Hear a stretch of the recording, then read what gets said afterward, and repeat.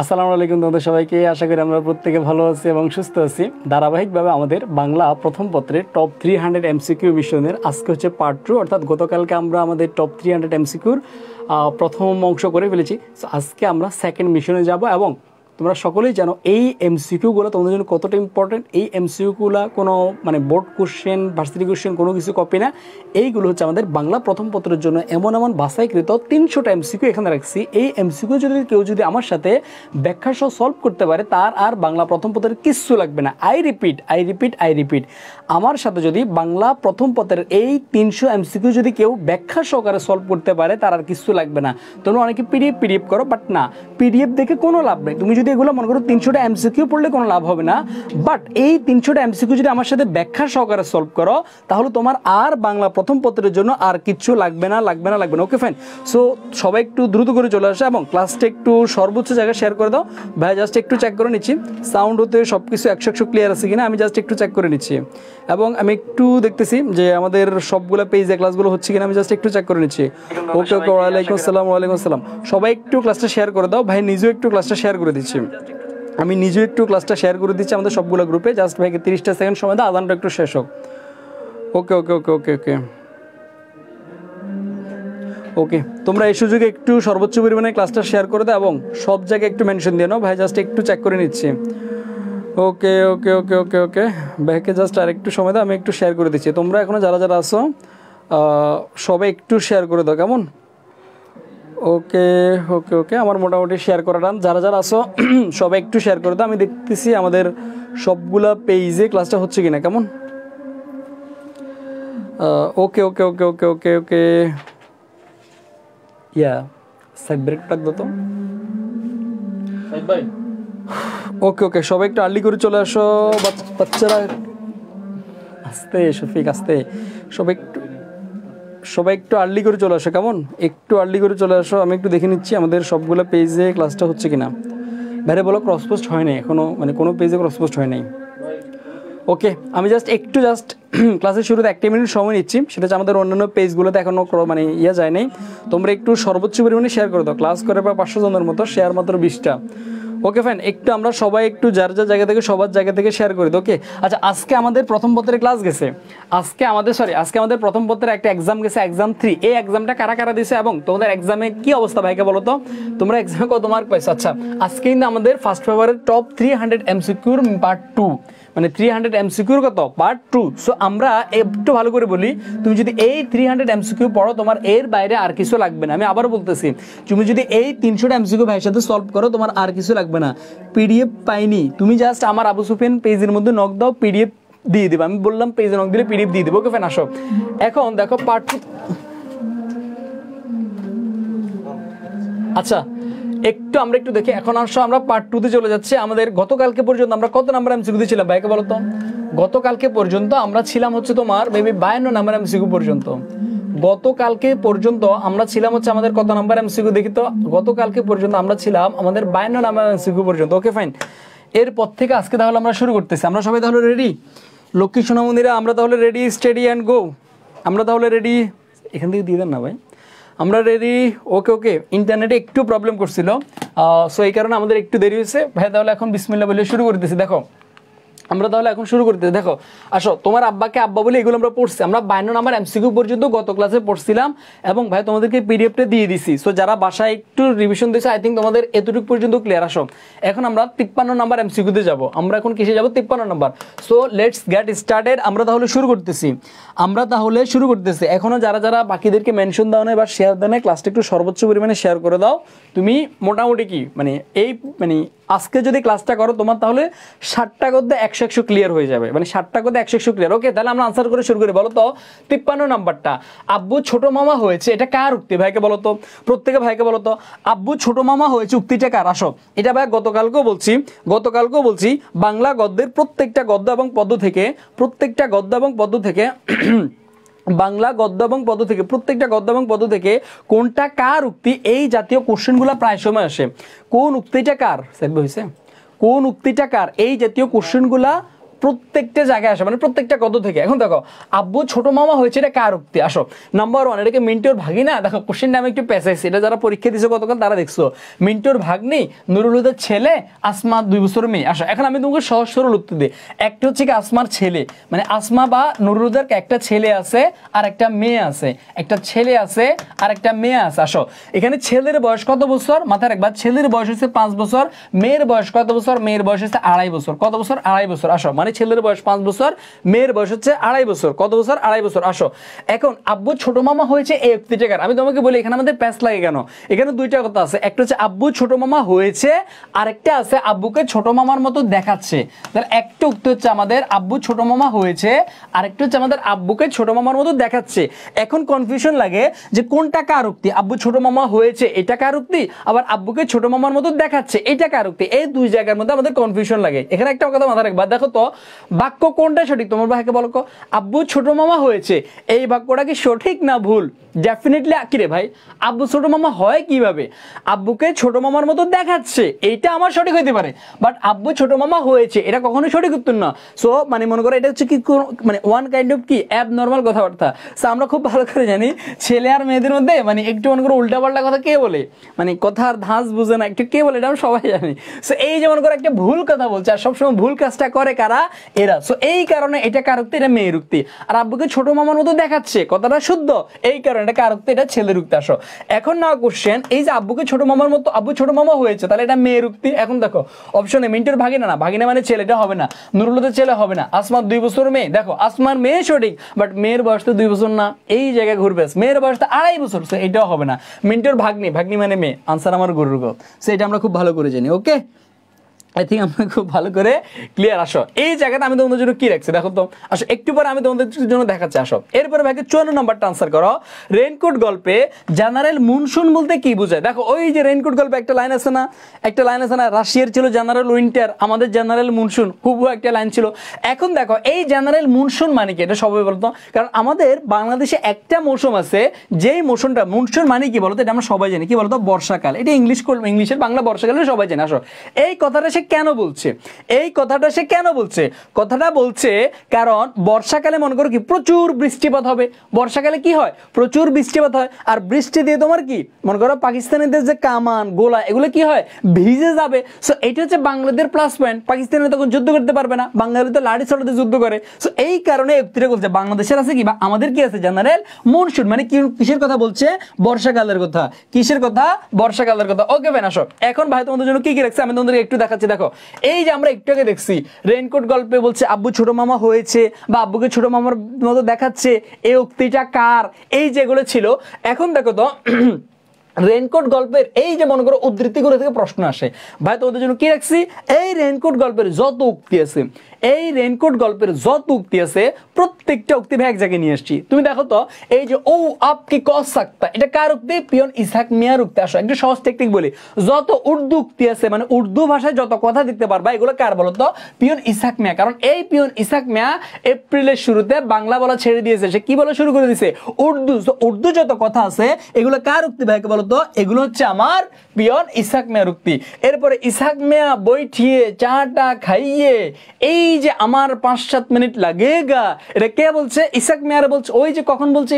ইসহাক মিয়া যখন আসছে আর কি যে আপনার প্রিন্সিপাল ডাকে তখন বলছিল ইসহাক মিয়া আইয়ে চাটা খাইয়ে আমার 5-7 মিনিট লাগেগা।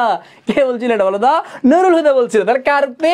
নুরুল হুদার উক্তি। এরপর আবার মানে যখন এই যে যেতেই হবে, মানে যখন তোমার নুরুল হুদা যখন চলে যাচ্ছে আর কি, মানে নুরুল হুদা যখন মানে প্রিন্সিপালের আদেশে কলেজে যাবে তখন তার পিছনে তার বউ এসে তাকে বলতেছে তোমার কি যাওয়াই লাগবে, তুমি না গেলে হয় না। তাহলে কে বলছে কথা বলো তো?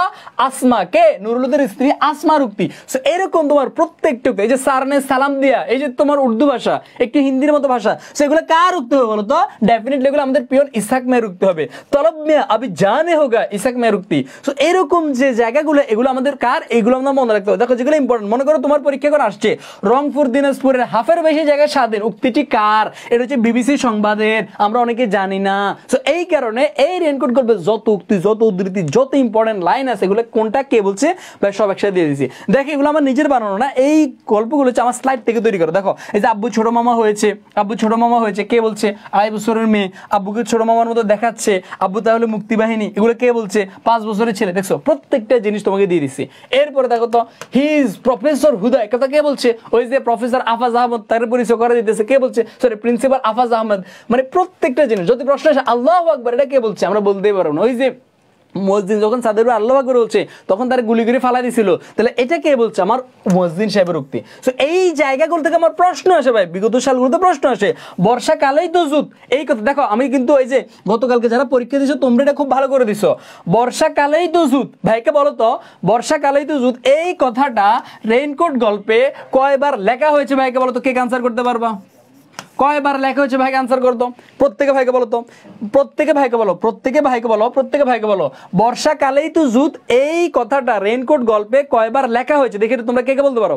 বর্ষাকালেই তো যুদ্ধ এই কথাটা রেইনকোট গল্পে কয়বার লেখা হয়েছে এটা কয় বলতে পারো? ওকে ওকে ভাই একবার এই যে শোনাবো নিলে তোমরা বুঝতে পারছো।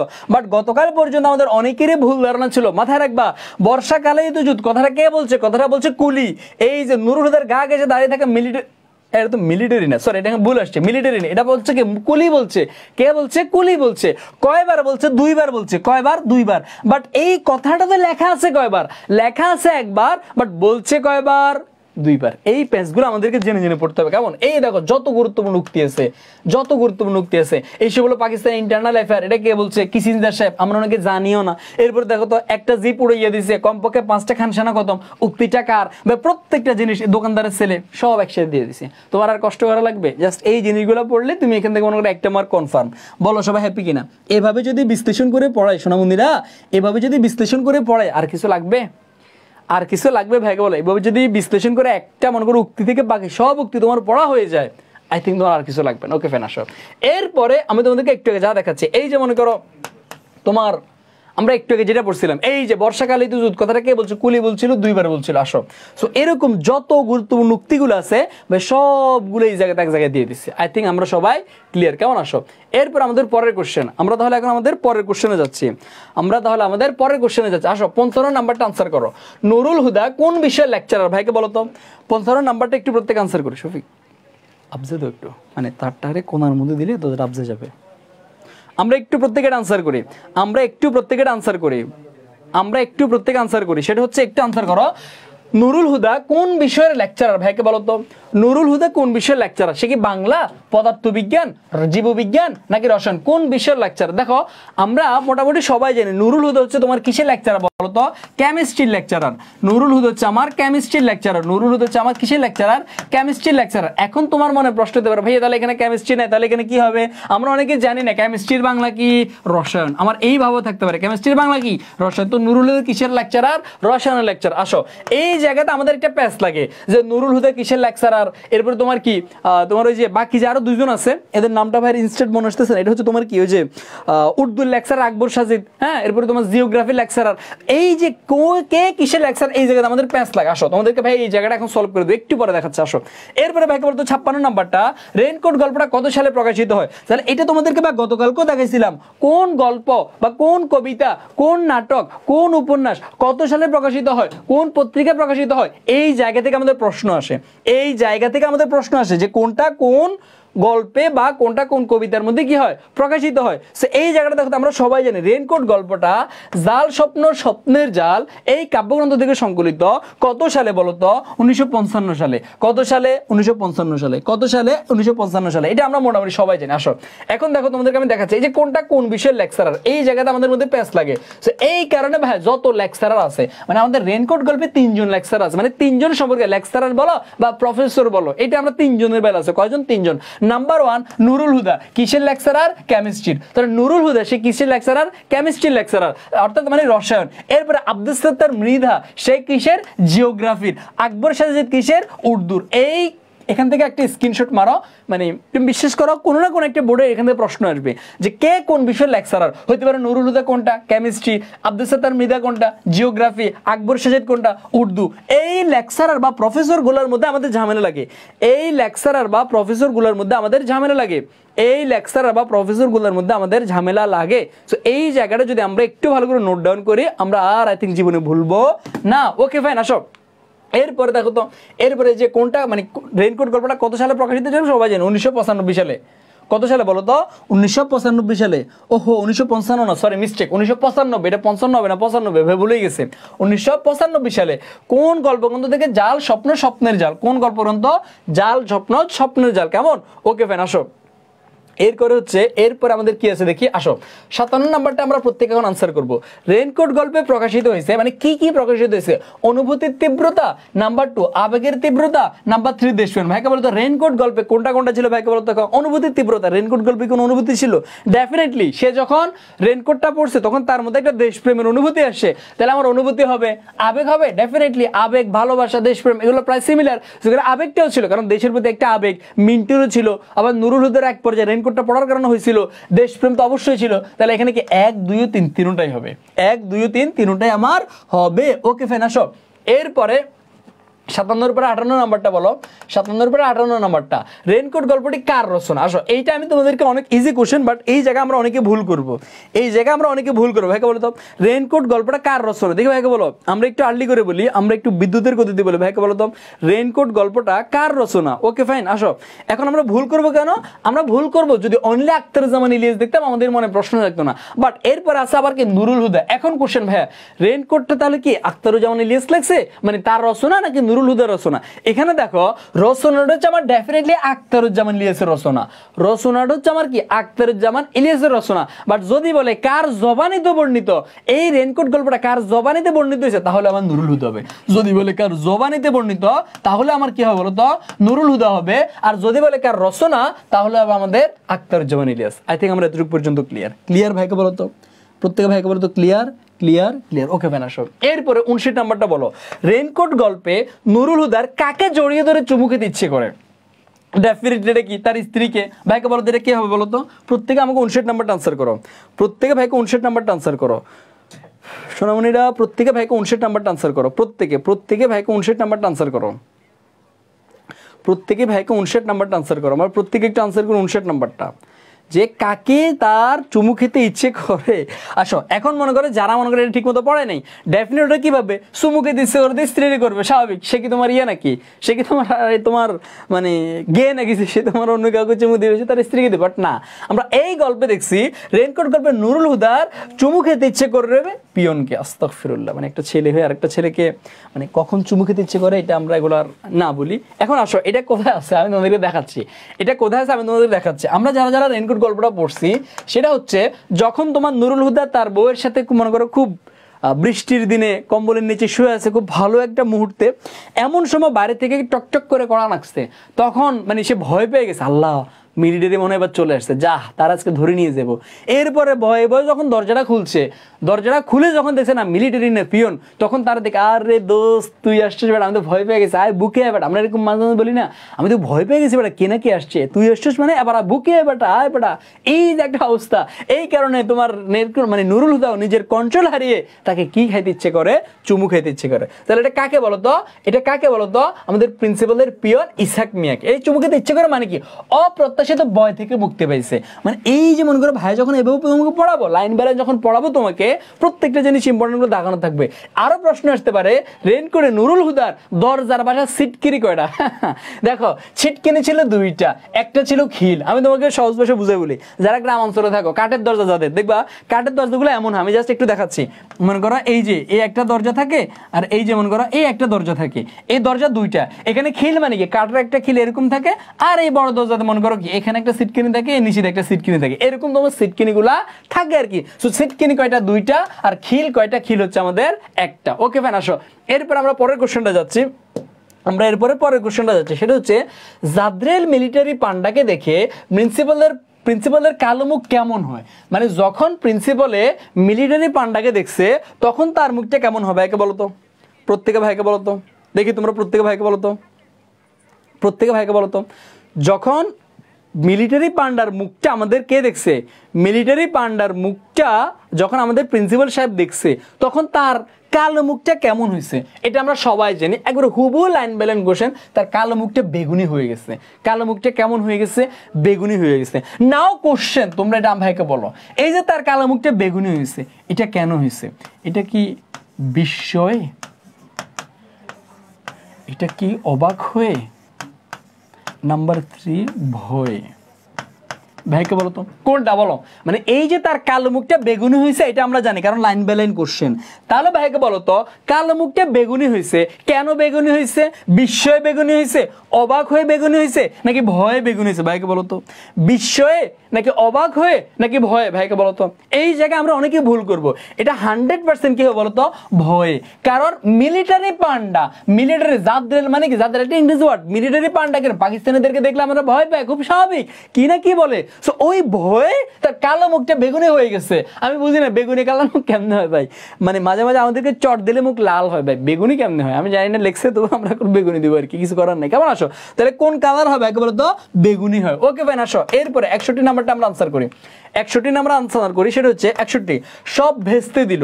এখানে কি ভেস্তে দেওয়ার কথা বলা হয়েছে? দেখো হুবহু একটা লাইন আছে যে সব ভেস্তে দিল। ভাইকে বলো তো এখানে কি ভেস্তে দেওয়ার কথা ছিল? ভাইকে বলো তো সব ভেস্তে দিল, এখানে কি ভেস্তে দেওয়ার কথা বলা হয়েছে? ভাইকে বলো তো সব ভেস্তে দিল, সব ভেস্তে দিল, এখানে কি ভেস্তে দেওয়ার কথা? ভাইকে বলো তো। আসো এখানে আমি তোমাদেরকে একটা জিনিস ক্লিয়ার করি, এখানে আমি তোমাদেরকে একটা জিনিস ক্লিয়ার করি।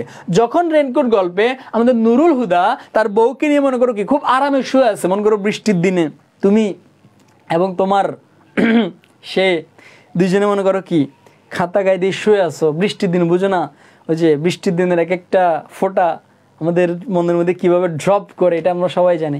সো ওই মুহূর্তে মনে করো বাড়ি থেকে যখন ঠকঠক কাজ করতেছে, সে তার বউয়ের সাথে এখন একটা কোয়ালিটি টাইম স্পেন্ড করতেছে, মনে করো এখন এমন সময় যদি বাইরে থেকে কেউ ঠট্টর করে তোমার মেজাজটা কেমন হবে? এখানেও সেম কথা বলছে আর কি, সব ভেস্তে দিল, মানে তার বউয়ের সাথে তার যে এখন একটা ফিলিং মোমেন্ট সব ভেস্তে দিল। তাহলে এই যে ভেস্তে দেওয়ার কথা, কি ভেস্তে দেওয়া? আয়োজন। সে কি তোমার কি বিয়ের আয়োজন করছে? পরিকল্পনা। সে কি তার বউয়ের কি পরিবার পরিকল্পনা সাজাচ্ছে? পূর্ব প্রস্তুতি, মানে সে কি তোমার কিছু করার জন্য প্রি প্ল্যান মানে পূর্ব প্রস্তুতি নিতেছে, নাকি তোমার আরাম আয়েস? কোনটা বলো তো? এখানে আমরা সবাই জানি বউ যদি পাশে থাকে তাও বৃষ্টির কালে বেডশিটের মানে নিচে, ভাই এটা তো সে একটা আরামের পরিবেশ। তার মানে কি আরামটা আমার কি দিল? ভেস্তে দিল। আরামটা আমাদের কি দিল বলতো? আরামটা আমাদের ভেস্তে দিল। কেমন? Okay fine. দেখো এই যে কি বলতো আরাম। আসো এখন এই জায়গাটা আমি তোমাদেরকে বলি, এই জায়গাটা আমি তোমাদেরকে বলি, কই কই কই কই এই যে দেখো, এই যে দেখো, এই যে জাদ্রেল টাইপের এক মিলিটারি দিকে দেখে তার ভারিক্কি মুখ অনুমান করা হয় পান্ডাটি কর্নেল, মানে তার কি কালো মুখটা বেগুনি হয়েছে। এই যে তার মুখটা কেমন হয়ে যাবে বলতো? বেগুনি হয়েছে। এটা হুবহু এখানে আছে, মানে লাইন বাই লাইন পড়লে তুমি আনসার করতে পারবে। আসো এখন এই যে সব ভেস্তে দিল এটা কইছে দেখো তো, এই যে দেখো তার হলো কই, মানে সে তার বউরে নিয়ে এখন একটু মনে করো ওই যে ওইটা মানে একটু আরাম করবে, বাট হইল কি ম্যান প্রপোজাস, মানে ম্যান প্রপোজ মানে কি মানুষ চিন্তা করে একটা হয় আর একটা, মানে আমরা চিন্তা করিস রে আমি আর 2 দিন পরে ঢাকা বিশ্ববিদ্যালয়ে চান্স পাবো, আমার লাইফে শুধু মেয়ে আর মেয়ে, মেয়ে আর মেয়ে, মেয়ে আর মেয়ে। দেখো তো এই যে চান্স পেয়ে বসে আছে তার লাইফে কেউ নাই। সো মানুষ চিন্তা করে একটা হয় আর একটা, এটাই বোঝেছে আর কি, মানুষ ভাবে এক হয় আর এক, এটাকে বলে ম্যান প্রপোজেস। এমন চমৎকার বাদলার সকালে দরজা প্রবল করা না শেষ হেমন্তের শীত শীত পর্দা ছিঁড়ে ফালা করে ফেললো, সব ভেস্তে দিল। মানে এখানে যদিও ঘুমের পরিকল্পনা বাদ, মানে বউয়ের সাথে তো আরামেই ঘুমাবে তাই না? তোমার ঘুম একরকম হবে, তোমার পাশে যদি বউ থাকে তখনও তোমার ঘুমটা কেমন হবে তোমরা খুব ভালো করে জানো। সো এই কারণে মানে ঘুমের প্রস্তুতি বা ঘুমের পরিকল্পনা বাদ মানে কি তার আরামটাই বাদ করে দিচ্ছে। Okay fine. আসো এরপরে তোমার 62 নাম্বারটা আমরা আনসার করি। কিন্তু তার ওম শরীরে এখনো লেগে আছে। এখানে ওমটা কিসের প্রতীক? ভাইকে বলো তো, ভাইকে বলো তো এটা। এই যে মনে করো তোমার এই যে কি বলে এটাকে ওম, কিন্তু তার ওম এখনো শরীরে লেগে আছে। এখানে ওমটা কিসের প্রতীক? ভাইকে বলো। ওম দ্বারা এখানে সাহস বুঝাইছে, ওম দ্বারা এখানে চেতনা বুঝাইছে, ওম দ্বারা এখানে উষ্ণতা বুঝাইছে, নাকি শক্তি বুঝাইছে? দেখো যখন রেইনকোট গল্পে একবারে লাস্টে যাবো, রেইনকোট গল্পের একবারে শেষের দিকে, রেইনকোট গল্পের একবারে শেষের দিকে, সেটা কি বলতো? রেইনকোট গল্পের একবারে শেষের দিকে। কখন? একবারে শেষের দিকে। ওই শেষের দিকে যখন আসছে তখন নুরুল হুদারে যখন মারার সময় কিন্তু তার গা থেকে রেইনকোটটা খুলে ফেলছে। যখন তাকে মানে যদিও তার গা থেকে রেইনকোটটা খুলে ফেলছে, ওই রেইনকোটের চেতনাটা তার মধ্যে এখনো আছে। কারণ কি রেইনকোট পরার কারণে নুরুল হুদার মধ্যে একটা দেশপ্রেম জাগ্রত হয়েছে, এই দেশপ্রেমটা এখনো আছে। সো এই ওম দ্বারা কি বুঝাইছে? মানে রেইনকোটের উষ্ণতাও না, রেইনকোটের শক্তিও না, সাহসও না, দেশপ্রেমের যে চেতনাটা, এই চেতনাটা তার মধ্যে এখনো আছে। সো এই কারণে এখানে তোমার কি হবে, চেতনা হবে। অনেকে ভাবতে পারো কি মানে রেইনকোট পরলে তো অনেক দেয়, মানে কি গায়ে একটু গরম হয়ে যায়, এই গরম ভাব রয়ে যায়। না রে ভাই, এটা বুঝে না, এটা বুঝেছে চেতনা। ওকে ফ্যান, আসো এরপরে 63 নম্বরটা আনসার করো। নুরুল হুদার শ্যালকের বোনের পতির নাম কি? এটা আনসার করো। আমি এটা তোমাদের থেকে একটু দেখে নেবো, মানে আমি জাস্ট এটা তোমাদের থেকে দেখে নেবো, মানে এটা একটু ঘুরে প্রশ্ন করছি। তোমরা এটা কে আনসার করতে পারবো আমি একটু দেখে নিচ্ছি, তোমরা এটা কে আনসার করতে পারবো আমি একটু দেখে নিচ্ছি। কেমন, এটা একটু আমরা আনসার করি, এটা একটু আমরা আনসার করি। ওকে, এটা একটু আমরা আনসার করি। আমি ভাই জাস্ট একটু দেখবো তোমরা এটা কে আনসার করতে পারো, মানে এটা একটু বুঝে শুনে আনসার করি। গতকালকে যারা পরীক্ষা দিছো তারা এটা দেখছো, গতকালকে যারা পরীক্ষা দিছো তারা এই কোশ্চেনটা তারা দেখছো। ওকে ফাইন, ওকে ওকে ওকে ওকে ওকে ওকে ওকে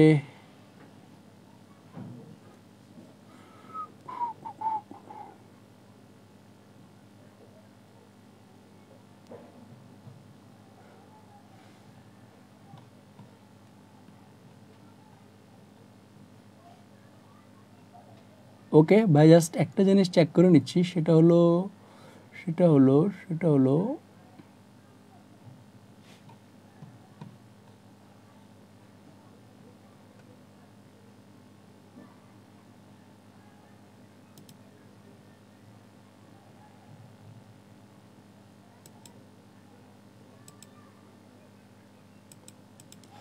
ওকে আসো, এই কোশ্চেনটা অত্যন্ত ঘুরেছে, এই জায়গাটা আমি তোমাদেরকে একটু ক্লিয়ার করি। ক্লিয়ার হচ্ছে এখানে দেখো, ভালো করে বুঝো। নুরুল হুদার শ্যালক, শ্যালক মানে কি? শ্যালক মানে হচ্ছে শালা। শ্যালক মানে কি বলতো? শ্যালক মানে শালা। এখন বলছে শালার বোন, তাহলে শালার বোনকে মানে শালার বোন মানে কি? মানে শালার বোন মানে তো নিজের বউ। ভাই খুব সিম্পল না? আমি যদি বলি কি আমার শালার বোন মানে কি? নিজের বউই তো, মানে শালার বোন মানে তো আমার বউ। ধরলাম তার শালা, শালার বোনকে, শালার বোন হচ্ছে আসমা।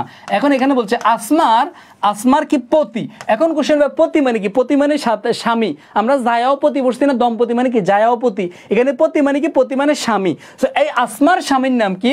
আসমার স্বামীর নাম আমরা ডেফিনেটলি জানি, কি বলতো? নুরুল হুদা। সেখানে আনসার কি হবে? ডেফিনেটলি আমার নুরুল হুদা হবে। মানে কোশ্চেনটাকে একটু বেশি ঘুরেছি, কোশ্চেনটাকে একটু বেশি ঘুরেছি। মানে পতি মানে কি? স্বামী। তো বোনের পতি মানে কি? বোনের জামাই। আসমান জামাই কে? ঘুরে ফিরে নুরুল হুদা। সবার আনসার কি হবে? নুরুল হুদা হবে। ওকে ফাইন, আসো। ওকে ওকে আসো। এখন দেখো, এই যে তোমাদেরকে একটু আগে বললাম, এই যে দেখো এই কথাটা আমি তোমাদেরকে একটু দেখাচ্ছি। কই কই কই কই কই কই কই এই যে, কিন্তু তার ওম তার শরীরে এখনো লেগে আছে। দেখো আমি যখন এটা পড়াইছি, দেখছো আমার এই যেমন করে প্রত্যেকটা পড়ানোর ব্যাখ্যা থাকে, তার ওমটা যখন এখনো লেগে আছে, এই যে তার ওম মানে ওম মানে হচ্ছে মুক্তিযোদ্ধাদের রেইনকোটের অনুভূতিটা বা চেতনাটা, মানে রেইনকোট পরার কারণে তার মধ্যে যেটা দেশপ্রেমের অনুভূতি ছিল বা একটা চেতনা ছিল, এই চেতনা বা অনুভূতিটাকে বলে কি? ওম বলে। ওকে ফাইন, আসো এরপরে আমার পরের কোশ্চেন আনসার করো। 64 নাম্বারটা, নিচের কোনটি উপন্যাস? অন্য ঘরে অন্যস্বর, খোয়াবনামা, খোয়াবি। ভাইকে এটা একটু আনসার করো তো, দেখো তো। এই জায়গাটা আমরা একটু প্রত্যেক আনসার করব, এই জায়গাটা আমরা প্রত্যেক আনসার করব, এই জায়গাটা আমরা প্রত্যেক আনসার করবো। বলো, এই জায়গাটা আমরা প্রত্যেক আনসার করবো। সেটা হচ্ছে তোমার এই যে নিচের কোনটা উপন্যাস, উপন্যাস কোনটা? আমি এই জায়গাটা তোমাদেরকে একটু ক্লিয়ার করি। উপন্যাস হচ্ছে আমার কোনটা বলো তো? এখানে খোয়াবনামা। ইয়েস, খোয়াবনামাটা আমার উপন্যাস। তার মানে তুমি মাথায় রাখো, এই রেইনকোট গল্পের আখতারুজ্জামান ইলিয়াসের যে উপন্যাসগুলো আছে বা যে কাব্যগ্রন্থগুলো আছে, এই জায়গা থেকে প্রশ্ন আসবে। আসলে ভাই তোমাদেরকে এই জায়গাটা একটু দেখাচ্ছি, এই জায়গাটা আমি তোমাদের একটু দেখাচ্ছি। আখতারুজ্জামান ইলিয়াসের এই জায়গাটা অনেক ইম্পর্টেন্ট, আখতারুজ্জামান ইলিয়াসের এই জায়গাটা অনেক ইম্পর্টেন্ট। প্লিজ একটা স্ক্রিনশট দিয়ে নাও, এই জায়গা থেকে একটা প্রশ্ন মাস্ট বি আসবে, স্ক্রিনশট দিয়ে নাও। সেটা হচ্ছে আখতারুজ্জামানের গল্পগ্রন্থ কোনগুলা? তার গল্পগ্রন্থ হচ্ছে 5টা। কয়টা? 5টা। প্রত্যেকে ভাইয়ের সাথে সাথে পড়ো। অন্য ঘরে অন্যস্বর, প্রত্যেকে আমার সাথে সাথে পড়ো। অন্য ঘরে অন্যস্বর, খোয়াবি, দুধবাতে উৎপাদ, দুযোগের ওম, জাল স্বপ্ন স্বপ্নে জাল। এগুলো হচ্ছে তার কয়টা? তার 5টা গল্পগ্রন্থ। এগুলো কি তার 5টা গল্পগ্রন্থ? তাহলে তার গল্পগ্রন্থ কয়টা? 5টা। অন্য ঘরে অন্যস্বর, খোয়াবি, দুধবাতে উৎপাদ, দুযোগের ওম, জাল স্বপ্ন স্বপ্নে জাল। কয়টা? 5টা। অন্য ঘরে অন্যস্বর, খোয়াবি, দুধবাতে উৎপাদ, দুযোগের ওম, জাল স্বপ্ন স্বপ্নে জাল। তার উপন্যাস কয়টা? উপন্যাস 2টা, চিলেকোঠার সেপাই, খোয়াবনামা। উপন্যাস কয়টা? 2টা, চিলেকোঠার সেপাই, খোয়াবনামা। তার প্রবন্ধ গ্রন্থ কয়টা? একটা, সংস্কৃতির ভাঙ্গা সেতু। বাট এই প্রবন্ধ থেকে তেমন একটা প্রশ্ন আসে না, বাট এই জায়গা থেকে ডেফিনেটলি প্রশ্ন আসে। সেটা কি? তার উপন্যাস। উপন্যাসটাকে চিলেকোঠার সেপাই বা খোয়াবনামা, এই 2টা তার উপন্যাস। তাহলে তার উপন্যাস 2টা কি ভাইয়ের সাথে সাথে পড়ো তো? চিলেকোঠার সেপাই বা খোয়াবনামা, চিলিকোটার সেপাই বা খোয়াবনামা, এই হচ্ছে তার উপন্যাস। বাকি যে 5টা আছে, অন্য ঘরে অন্য স্বর, খোয়াবি, দুধবাতি উৎপাদ, দুজুগরম, জাল স্বপ্ন স্বপ্ন জাল, এগুলো হচ্ছে তার গল্পগ্রন্থ। আর উপন্যাস করে 2টা, চিলিকোটার সেপাই, খোয়াবনামা। তুমি লিখে রাখো, মোটামুটি 99% শিওর এই জায়গা থেকে একটা প্রশ্ন আসবে, মানে এখান থেকে প্রশ্ন তোমার মিস যায় না। কেমন? আসো, এই কারণে ভাই তোমার একটা স্লাইড অ্যাড করছে। আসো, এরপরে 65 নাম্বারটা ভাই আনসার করো। 65 নাম্বারটা ভাই আনসার করো। কোন ঋতুর শেষ, আনসার তো শো হয়ে গেছে। আচ্ছা, কোন ঋতুর শেষের বৃষ্টিতে রেডকোট গল্পে নুরুল হুদার শীত শীত ভাব হয়? এটা তোমরা মাত্র দেখছো, ভাইকে দেখো, এই যে মাত্র এটা তোমাদেরকে যখন দেখাইছি, এই দেখো কোন ঋতুর, দাঁড়াও এটা একটু কিন্তু তোমাদেরকে দেখাইলাম, মানে ওই যে প্রথম পেজের মধ্যে ছিল, এটা প্রথম পেজের মধ্যে ছিল, কখন তার মধ্যে শীত শীত ভাব হয়। দাঁড়াও এটা কি এখানে আছে ভাই? তোমাদেরকে দেখাচ্ছি। কই কই কই কই কই কই কই কই তার হলো কই, এই যে দেখো দেখো, এমন চমৎকার বাদলার সকালে দরজায় প্রবল কড়া ডানা, শেষ হেমন্তের শীত শীত পর্দা ছেড়ে ফালাফালা করে ফেললো। তাহলে তার মধ্যে যে শীত শীত ভাব ছিল, এটা কখন ছিল? হেমন্তর শেষে। কখন ছিল? হেমন্তর শেষে। এরকম তোমার সিপা চাপা থেকে পর্যন্ত প্রশ্ন আসতে পারে। ওকে ফাইন, আসো এরপর আমাকে 66 নাম্বারটা আনসার করো। 66 নাম্বার বলো, কোনটা কাজী নজরুল ইসলামের কাব্যগ্রন্থ নয়?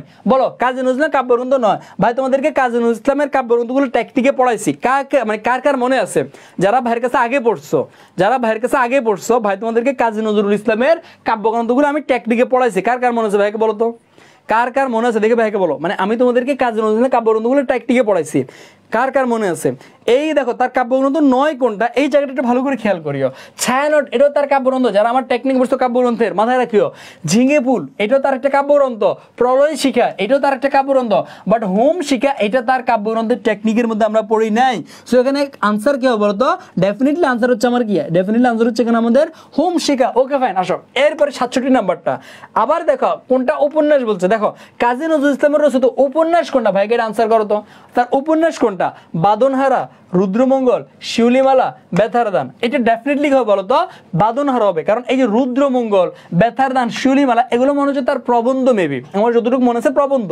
তো এই বাদনহারাটা এইটাই তার একটা উপন্যাসের মধ্যে পড়ছে। আসো এখন তোমরা যদি ভাইকে বলো আমি কি এই মনে করো কাজী নজরুল ইসলামের রচিত যত তোমার উপন্যাস কাব্যগ্রন্থ যা আছে এগুলো একটা টেকনিকে পড়াবো কিনা? সময় লাগবে তোমার 3.5 মিনিট। বলো, তোমরা বললে আমি এটা শেষ করাবো। তোমরা বললে কাজী নজরুল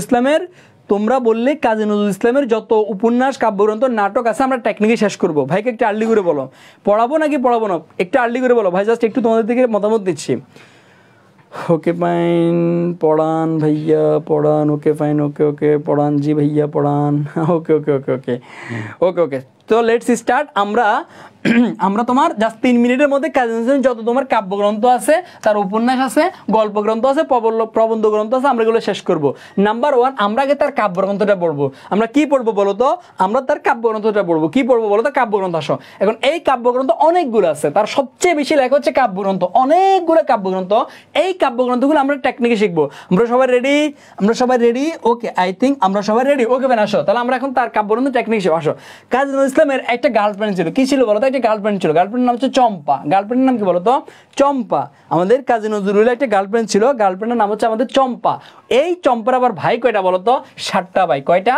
7টা ভাই ছিল। তাহলে তার গার্লফ্রেন্ডের মানে তার শালা কয়টা বা সম্বন্ধী কয়টা? 7টা। কারণ সে এমন একটা মেয়েকে ভালোবাসছে, মনে করো মানে খুব সিম্পল। এটা হচ্ছে মানে যারা একটু মনে করো ব্রিলিয়ান্ট বা যারা একটু চালাক, ওরা এগুলো বুঝে।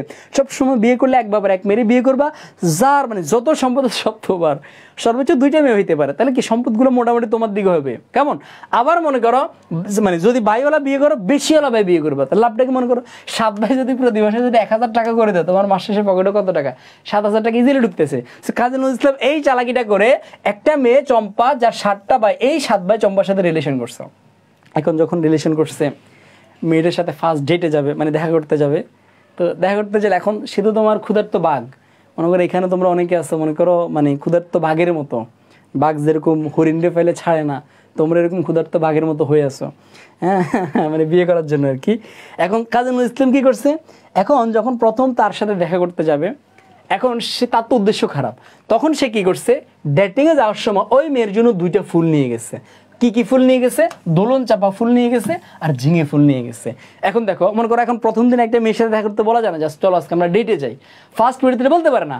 এখন কাজী ইসলাম কি চালাকিটা করছে, মেয়েদেরকে তুমি ফুল দিলে ওরা তোমার প্রতি দুর্বল হয়ে যাবে, মানে এদেরকে মনে করো যদি একটু ফুল দাও কিছু দাও এরা উইক হয়ে যাবে। তো এই কারণে নজরুল কি করছে, তার ফার্স্ট ডেটে তার গার্লফ্রেন্ডকে কি দিয়েছে, দুটো ফুল দিচ্ছে, দোলন চাপা ফুল আর ঝিঙে ফুল।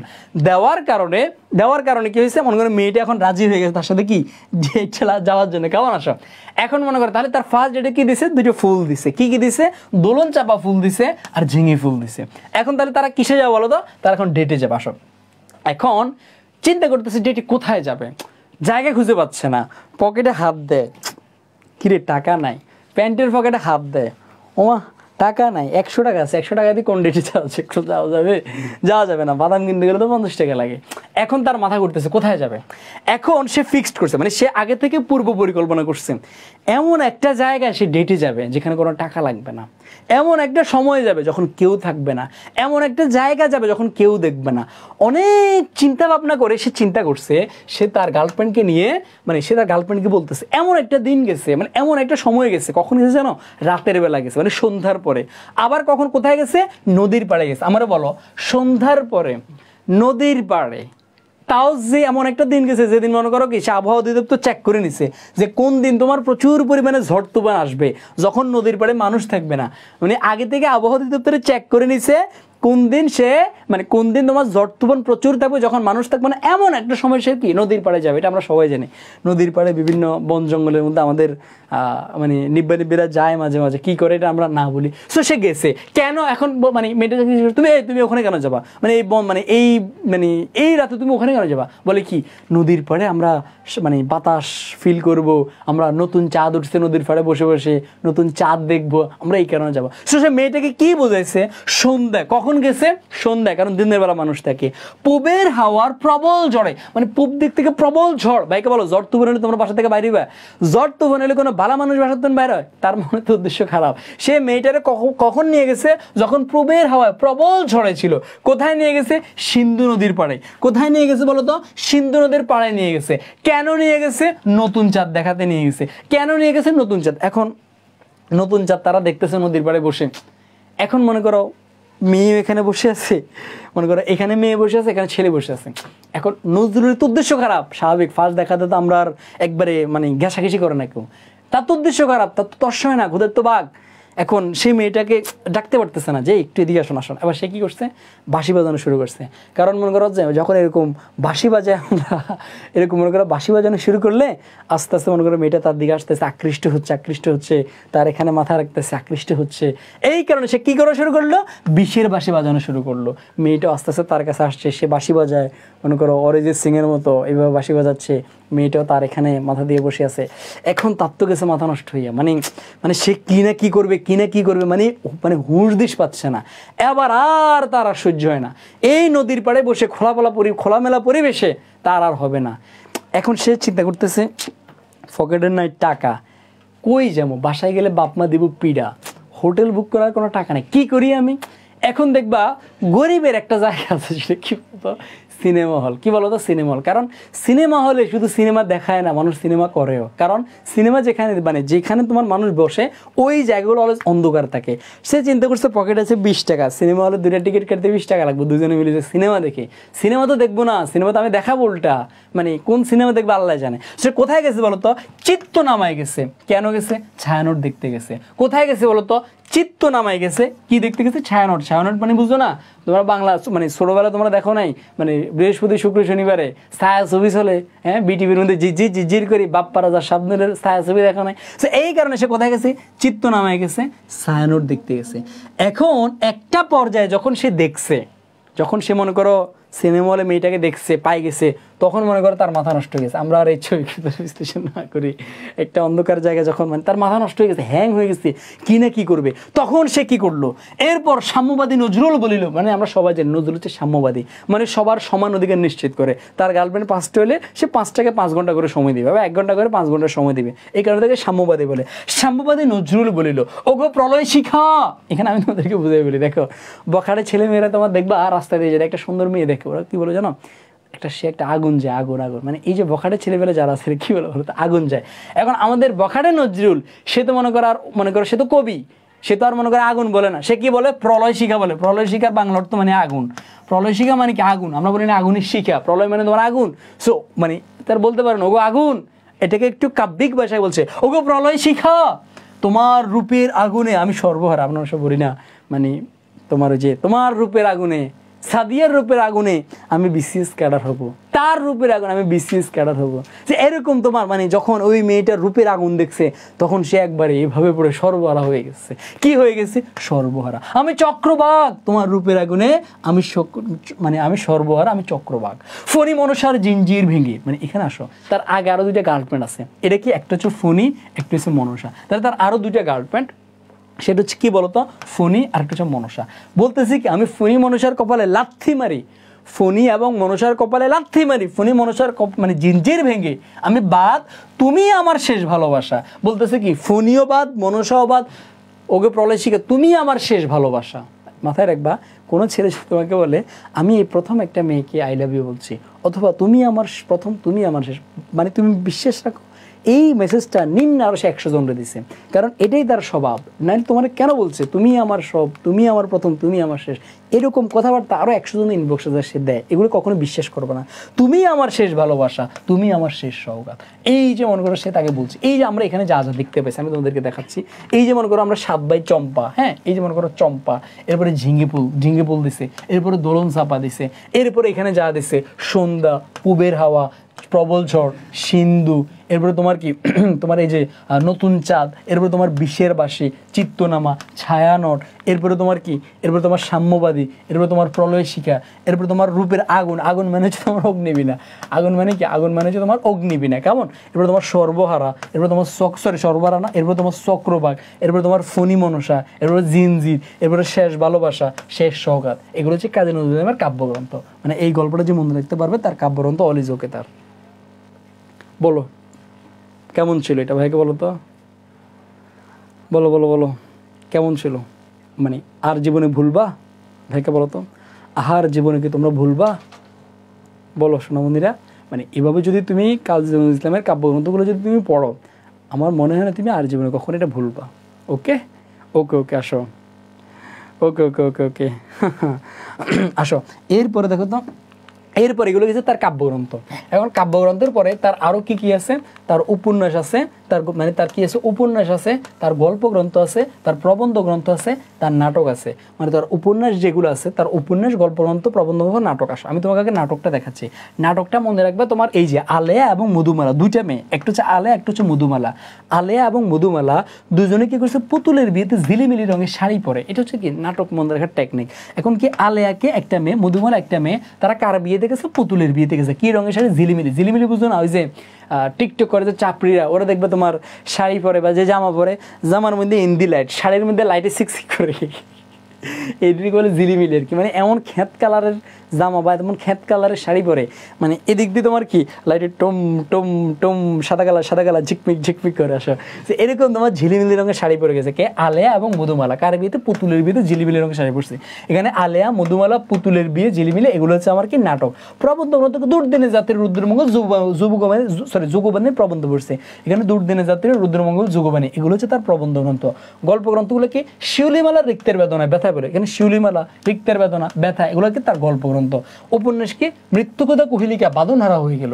সো এগুলো আমরা জাস্ট একটু মনে রাখলে আমরা এই যে তার মনে করো কাব্যগ্রন্থ, গল্পগ্রন্থ যা আছে, এগুলো আমরা আর ইহজনম পরজনম কখনোই বলবো না। শফিক একটু ফ্যানটা দেন 1 মিনিটের জন্য, প্রচুর গরম লাগতেছে। বলো আর আর জীবনে ভুলবা? বলো আর জীবনে ভুলবা? আমার মনে হয় না মানে এই জায়গাটা আর জীবনে ভুলবা। আচ্ছা একটু তো সমস্যা হয়ে যেতে পারে, জাস্ট ভাই 1 মিনিট, মানে হালকা একটু ফ্যান দিছি, মানে প্রচুর গরমে তো ফাড়ি যাচ্ছে, তোমরা তো দেখতে পাচ্ছ না ভাই, জাস্ট 1 মিনিট কেমন? ওকে ওকে ওকে ওকে ওকে আসো, এখন আসো একটু পরে ভাই তোমাদেরকে দেখাচ্ছে। আসো ভাই জাস্ট 1 মিনিট একটু ফ্যানটা চলুক, আই থিঙ্ক সব কিছু ওকে। আচ্ছা তোমরা এখানে HSC 25-এর কারাগার আসো ভাইকে বলো তো, বা এখানে অ্যাডমিশন বেস যারা যারা আসো। আচ্ছা কথা কি শোনা যায় কিনা আমি একটু দেখি, মানে ফ্যানটা তো কমানোরও সিস্টেম নেই। আচ্ছা অফ করে দাও, কথা শোনা যাবে না আসলে। তোমাদেরকে ভাই এখানে একটা জিনিস বলি, মানে ভাইয়ের 25-এ যারা যারা আসো, 25-এ যারা যারা আসো, তোমাদের জন্য ভাইয়ের একটি স্পেশাল ব্যাচ চলে আসছে। সো প্রত্যেকে থাকবা, আমি এটা নিয়ে কথা বলবো না, এটা নিয়ে অনেকে তোমরা ইতিমধ্যে এই জায়গায় এনরোল করে মানে হয়ে গেছো আমাদের ব্যাচে, মানে একটা স্পেশাল ব্যাচ আসছে অনলি ফর কাদের জন্য, HSC 25, 26-এর জন্য আছে, মানে 26-এর যে ফুল সিলেবাস, এখানে ফুল সিলেবাসে থাকবো। সো আমরা এই জায়গাতে কথা না বলি ভাই, কালকে বলছি এটা হচ্ছে Bangla first paper, second paper 100 mark ভাই তোমাদেরকে পড়াবো। মানে বাংলার যে একটা জায়গা আছে সেটা হচ্ছে কি, মানে এটাকে আমি তোমাদেরকে বুঝাই বলি, তোমরা মনে করো বাংলা মুখস্থ করো, মানে এই যে দেখো আমার কাজী নজরুল ইসলাম, রবীন্দ্রনাথ ঠাকুর, অনেকগুলো টেকনিক আছে, বাংলা ফার্স্ট পেপার বলো, সেকেন্ড পেপার বলো, বানান, উচ্চারণ বলো, সমাস বলো, প্রত্যেকটা জায়গাতে যেটা কঠিন রয়েবে টেকনিকে পড়ায়। সো বাংলা যদি তুমি মজা করে পড়ো, বাংলা তুমি জীবনেও বলবে না, এবং এখানে তুমি 200 মার্কের মধ্যে মিনিমাম 190 তোলা অনেক ইজি, 190 প্লাস তোলা অনেক ইজি, অনেক ইজি। যারা 25-এর আসো টেস্ট পরীক্ষা দিছো, যারা 25-এর আসো টেস্ট পরীক্ষা দিছো, তোমরা খুব ভালো করে জানো ভাই আগে যা পড়াইছি এই পড়ানো থেকে কী পরিমাণ কমন আসছে বা কী পরিমাণ থাকে।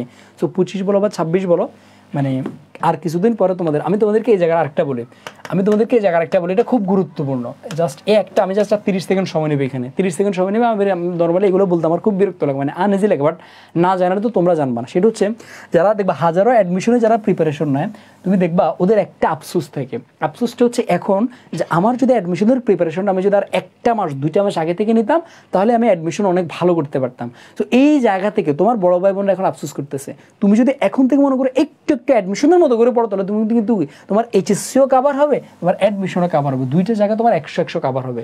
সো ভাই তোমাদেরকে এমনভাবে পড়াবো যে তোমার পুরো Bangla first paper, second paper, HSC syllabus, অ্যাডমিশনের সিলেবাস দুইটা A to Z তোমাদের কাভার হয়ে যায়। কেমন? Okay fine. এটা কোনো পেজে কোথাও নক দিয়ে লাভ নাই, জাস্ট ভাইয়ের একটা নাম্বার আছে, এই নাম্বারে হোয়াটসঅ্যাপে নক দিবা, অন্য কোথাও নক দিয়ে লাভ নাই, আমাদের বনিয়ামিন পেজ বা কোনো পেজে নক দিয়ে লাভ নাই, এটা কোনো বনিয়ামিন পেজ থেকে তুমি নক দিলে লাভ হবে না, এটা আমাদের এল পেজে দিলেও মানে হবে, বাট ভাইয়ের নাম্বারে নক দেবে, এটা সম্পূর্ণ দায়িত্ব আমি নিচ্ছি। ওকে, সো এই জায়গাটা আমরা একটু এনশিওর করবো। কোর্স ফিটা কত? 2 দিন পরে কোর্স ফিটা বরাবর 1000 টাকা হয়ে যাবে, বাট এখনের জন্য অনলি ফর মানে 750 টাকা। ওকে, মানে আমি আসলে মানে এগুলো নিয়ে কেমন লাগেছে, মানে আমি এখন কোর্সের বিজ্ঞাপন করে পোলাপানের সময় নষ্ট করি, মানে এগুলো অদ্ভুত লাগে, বা যার ভর্তি হওয়ার দরকার সে এমনি ভর্তি হবে, মানে যার লাগবে এমনি ভর্তি হবে, আমি এগুলোর মধ্যে না যাই। বাট এখন ভর্তি হলে তুমি 750 টাকা, ঠিক আর 1 থেকে 2 দিনের মধ্যে এটা বেড়ে যাবে, মানে অ্যানাউন্সমেন্ট যখন আসবে তখন বেড়ে যাবে। Okay fine. সো ভাই এখান থেকে যাচ্ছে, আসো আমরা এখন পরে তোমরা যারা অ্যাডমিশন ব্যাচের আসো, এটা হচ্ছে তোমাদের দায়িত্ব। কেমন? ওকে, দেখো 68 নাম্বারটা ভাইকে বলো, কত বছর বয়সে নজরুল বাকশক্তি হারিয়ে পেল? আসো আমি তোমাদেরকে এই জায়গাটা বলে রাখি, কাজী নজরুল ইসলামের এই জায়গা থেকে আমার প্রশ্ন আসবে, মানে কাজী নজরুল ইসলামের জীবনীগুলো থেকে সবসময় মাথায় রাখবা 2টা কবি, একটা হচ্ছে কাজী নজরুল ইসলাম, একটা হচ্ছে রবীন্দ্রনাথ ঠাকুর, এই 2টা জায়গা থেকে আমার প্রশ্ন আসে। এই 2টা জীবনী খুব ভালো করে পড়বা। কত বছর বয়সে তার বাকশক্তি হারায় যায়, এটা আমরা সবাই জানি। তার বাকশক্তি হারা কত বছর বয়সে বলতো? 43 বছর বয়সে। তার বাকশক্তি হারা কত বছর বয়সে বলতো? 43 বছর বয়সে। ভাই নাম্বারটা আবার দেন। আচ্ছা দাঁড়াও, নাম্বারটা না, তোমরা জাস্ট একটা স্ক্রিনশট নিয়ে নাও, তাহলে হবে 1 2 3 স্ক্রিনশট নিয়ে ভাইকে হোয়াটসঅ্যাপে নক দিলে হবে, ভাইয়ের আইডিতে নক দিলে হবে। Okay fine. আসো তাহলে তার বাকশক্তি হারে কত বছর বয়সে বলো তো? 43 বছর বয়সে। বা এটা এইভাবেও আসতে পারে, সে দুরারোগ্য ব্যাধিতে আক্রান্ত হয় কত সালে বা কত বছর বয়সে? দুরারোগ্য ব্যাধিতে, এটা ডেফিনেটলি কত বছর বয়সে? 43 বছর বয়সে। এরপরে 69 নাম্বারটা ভাইকে আনসার করো তো, আমার পদ প্রবন্ধ অনুসারে আমরা পরাধীন কেন? ভাইকে এটা আনসার করো, দেখি কে আনসার করতে পারবা। আমি একটু তোমাদের থেকে 69 নাম্বারটা নিচ্ছি, ভাইকে বলো তো, আমার পদ প্রবন্ধে আমরা পরাধীন কেন? ভাইকে বলো তো, আমার পদ প্রবন্ধে আমরা পরাধীন কেন? বলো। এটা আমরা অনেকেই কি আনসার দেবো? দেখো অনেকে আমরা আনসার দেবো আত্মাকে চিনি না বলে। কখনোই নয়, এটা আত্মাকে চিনি না বলে কখনোই নয়, এটা হবে আমার সক্রিয় নয় বলে। দেখো কোশ্চেনটা অনেক ডিফিকাল্ট, কোশ্চেনটা অনেক, দেখো কোন চিপা থেকে প্রশ্ন করছে তুমি চিন্তা করতে পারবা না, কোন চিপা থেকে। এই দেখ কাজী নজরুল ইসলাম সম্পর্কে গুরুত্বপূর্ণ যত ইনফরমেশন দেখছে, এই যে 43 বছর বয়সে দুরারোগ্য ব্যাধিতে আক্রান্ত হয়ে তিনি নির্বাক মানে কথা বলতে পারে না। এরপরে দেখো 1917 সালে তিনি সেনাবাহিনীর বাঙালি পল্টনে যোগ দেন। আসো তার 3টা পত্রিকা আমরা একটু পড়বো, এই 3টা পত্রিকা থেকে প্রশ্ন আসে কিন্তু আমার HSC প্লাস অ্যাডমিশন 2 জায়গাতে প্রশ্ন আসে। কি? ধূমকেতু, লাঙ্গল, দৈনিক নবযুগ, এই 3টা আমরা একবার কমেন্টে লিখি। আমরা 3টা পত্রিকার নাম একবার কমেন্টে লিখি। আই রিপিট, আমরা 3টা পত্রিকার নাম একবার কমেন্টে লিখি। আই রিপিট 3টা পত্রিকার নাম একবার কমেন্টে লিখি। একটা হচ্ছে ধূমকেতু, লাঙ্গল, দৈনিক নবযুগ, এই 3টা পত্রিকা। তাহলে এটা কার? কাজী নজরুল ইসলাম। আর কাব্যগ্রন্থগুলো আমি শিখেছি। আসো এরপরে তোমাদেরকে আমি যেটা দেখাচ্ছিলাম, যে এই যে আমার পদ প্রবন্ধ থেকে যেটা আসছে, দেখো একটু ভালো করে পড়ো। আত্মাকে চিনলে আত্মনির্ভরতা আসে। Okay fine. এই আত্মনির্ভরতা যেদিন সত্যি সত্যি আমাদের আসবে, সেই দিনে আমরা স্বাধীন হব। তার আগে কিছুতেই নয়। নিজে নিষ্ক্রিয় থেকে অন্য একজন মহাপুরুষকে প্রাণপণে ভক্তি করলেই যদি দেশ উদ্ধার হয়ে যেত, তাহলে এই দেশ এতদিন পরাধীন থাকতো না। তাহলে এই দেশ এতদিন পরাধীন কেন? কারণ আমরা নিজেরা ছিলাম নিষ্ক্রিয়। তাহলে দেখো তো, এই যে আমরা এতদিন কেন পরাধীন ছিলাম, দেখাবো, তোমরা আনসার করো তো। আমরা এতদিন কেন পরাধীন ছিলাম? কারণ আমরা কি ছিলাম? সক্রিয় নয় বলে। মানে নিষ্ক্রিয় ছিলাম মানে কি? সক্রিয় নয় বলে। কোশ্চেনটা অনেক ঘুরে করছে, বাট আমরা জানিও না কোশ্চেনটা ঘুরে করছে। দেখছো, এরকম তোমাকে লাইন বাই লাইন পড়তে হবে। এরকম যদি মনে করো, তুমি যদি লাইন বাই লাইন পড়তে পারো, যারা আমার কাছে এইচএসসি পড়ছে অ্যাডমিশন পড়ছে তারা জানো প্রত্যেকটা জিনিস আমি লাইন বাই লাইন পড়ে, প্রত্যেকটা পিডিএফ ইম্পর্টেন্ট যেগুলো আমি মার্ক করে দিই। ওকে ফ্যান, আসো এরপরে দেখো 70 নম্বরটা আনসার করো। আমার পথ অনুসারে ভুলের মাধ্যমে সত্যকে পাওয়ার উপায় কি? ভুলের মাধ্যমে নাম্বার 1 গো বজায় রাখা, নাম্বার 2 ভুল সংশোধন করে নেওয়া, নাম্বার 3 নিজের ভুল স্বীকার করে নেওয়া, নাম্বার 4 ভুল থেকে শিক্ষা নেওয়া। দেখো ভাই, এটা একটু আনসার করো তো। 70 নম্বরটা একটু আনসার করে, আমি তোমাদেরকে একটু নিচ্ছি 70 নম্বরটা আমি একটু আনসার নিচ্ছি। আসো, এই জায়গাতে আমরা অনেকেই ভুল করব, এই জায়গাতে আমরা অনেকেই ভুল করব। সাগর প্রামাণিক, আমি এইচএসসি 24 কোনো ছাড়া ভর্তি হয়ে এইচএসসি 25 বেসে ভাইয়া যেগুলো পড়ায় বাংলা ফার্স্ট সেকেন্ড পার্ট পড়ায়, এই কি বলছো আমি তো বুঝে নেই সোনামণি, তুমি কি বলেছো? আচ্ছা দেখো, এই জায়গাটা দেখো, ভুলের মাধ্যমে সত্যকে পাওয়া যায় কিভাবে। এখানে আমরা অনেকে আনসার দেবো কি ভুল সংশোধন করে নিলে সত্যকে পাওয়া যাবে, অনেকে আনসার দেবো কি ভুল থেকে শিক্ষা নিয়ে। ডেফিনেটলি আমাদের কমন সেন্স এটাই বলে, হ্যাঁ ভুলটা সংশোধন করলে আমি এখানে কি সত্যকে পাবো, অথবা ভুল থেকে আমি যদি শিক্ষা নিই আমি সত্যকে নেব। বাট আমার কমন সেন্স দিয়ে বাংলা আনসার করলে হবে না, আমার কমন সেন্স দিয়ে বাংলা আনসার করলে হবে না, কখনোই না। বাংলা আনসার করতে হবে তোমার বইতে কি আছে। আসো, আমি তোমাদেরকে এখন দেখাচ্ছি বইতে কি আছে। ভাই তোমাদেরকে জাস্ট দেখাচ্ছি বইতে কি আছে। আসো, বইতে কোনো হুবহু আছে, ভুলের মধ্য দিয়ে গিয়েই সত্যকে পাওয়া যায়। কোনো ভুল করেছি বুঝতে পারলেই আমি প্রাণ খুলে স্বীকার করে নেব, কিন্তু তা বুঝেও নয় ভয়ও নয়। এখানে একবারও কি বলছে ভুলটা থেকে আমি শিক্ষা নেব, ভুল থেকে আমি সংশোধন করব? একবারও কি কথা বলছে? দেখো তো, ভুল করছি বা বুঝো শুধু জেদের খাতিরে গো বোঝার একবার জন্য ভুলটাকে ধরে থাকবো না। একবারও কি ভুল, তোমার কি ভুল সংশোধন করে নেব, ভুল শুধরে নেব, ভুল থেকে শিক্ষা নেব, এরকম কিছু আছে? নাই। আছে কি ভুল স্বীকার করে নিব। কি করে নিব? ভুল স্বীকার করে নিব। তাহলে এবার ভাইকে বলো তো, আমার আনসারটা কি হওয়ার কথা? আনসারটা কি হবে? নিজের ভুল স্বীকার করে নেওয়া। সত্যকে পাবো কিসের মাধ্যমে? নিজের ভুল স্বীকার করার মাধ্যমে। বাট যারা লাইন বাই লাইন পড়েনি, প্রত্যেক আনসার দেবে কি ভুল সংশোধনের মাধ্যমে, নয়তোবা ভুল থেকে শিক্ষা নেই। ওকে ফাইন, আসো এরপর 71 নম্বরটা। সুফিয়ান বলল বাংলা নিয়ে ভয় পেও না, তোমরা যে যে বেসের হও না কেন, বাংলা নিয়ে ভয় নেই, বাংলার জন্য আমি আছি। আমি আছি কথাটি আর কে বললো? মানে আমি আছি এই কথাটা আর কে বললো? কাজী নজরুল ইসলাম, শাহরিয়ার স্যার, ইউসুফ সরকার, না কোনোটাই না? দেখি এটা আনসার করো তো, একটা আনসার করো, একটা আনসার করলো। আমি আছি এটা কে দিল? আসো, এরকম যখন কোশ্চেন আসবে, দেখো কোশ্চেনটা ঘুরেছি আমি, ও ভাববে কি শাহরিয়ার স্যার তো দিয়েছি আমি হুদা মিসা, ইউসুফ সরকার দিয়েছে হুদা মিসা, আছে কি কাজী নজরুল ইসলাম। আচ্ছা, এই যে আমি আছি কথাটা তো আমার পথ প্রবন্ধে আছে, তাহলে এটা কাজী নজরুল ইসলাম বলছে, বাট টোটালি বলে এটা কাজী নজরুল ইসলাম না, এটা বলছে আমার গান্ধীজি। গান্ধীজি বলছিল যে তোমরা যুদ্ধ করো, মানে প্রত্যেকে, মানে গান্ধীজি সবাইকে বলছে আত্মনির্ভরশীল হওয়ার জন্য, নিজের উপর নিজে নির্ভরশীল হওয়ার জন্য। এই জন্য সে সবাইকে বলছিল আমরা সবাই বলো আমি আছি, আমরা যদি অন্যের উপর ডিপেন্ডেন্ট হই, আমরা দরকার নাই অমুকে করবে। এই যে আমাদের 24-এর অভ্যুত্থান, আমরা যদি বলতাম এটা তো কোটা আন্দোলন, যাদের চাকরি দরকার তারা করবো, এই সরকার জীবনে পড়তো না। যখন সর্বপেশার মানুষ একসাথে ঝাঁপাই পড়ছে, তখন একটা মানে ফ্যাসিবাদী সরকার গেছে। তো এই যে গান্ধীজি আমাদেরকে এটা শিখে আমি আছি, মানে বল আমরা সবাই আছি, এই আমি আছি কে বলছে? গান্ধীজি বলছে। তার মানে এখানে যদি গান্ধীজি নাই, আনসার হবে কি? আনসার হবে কোনোটাই নয়। আনসার হবে কি বলতো? কোনোটাই নয়। ওকে ফেনাস।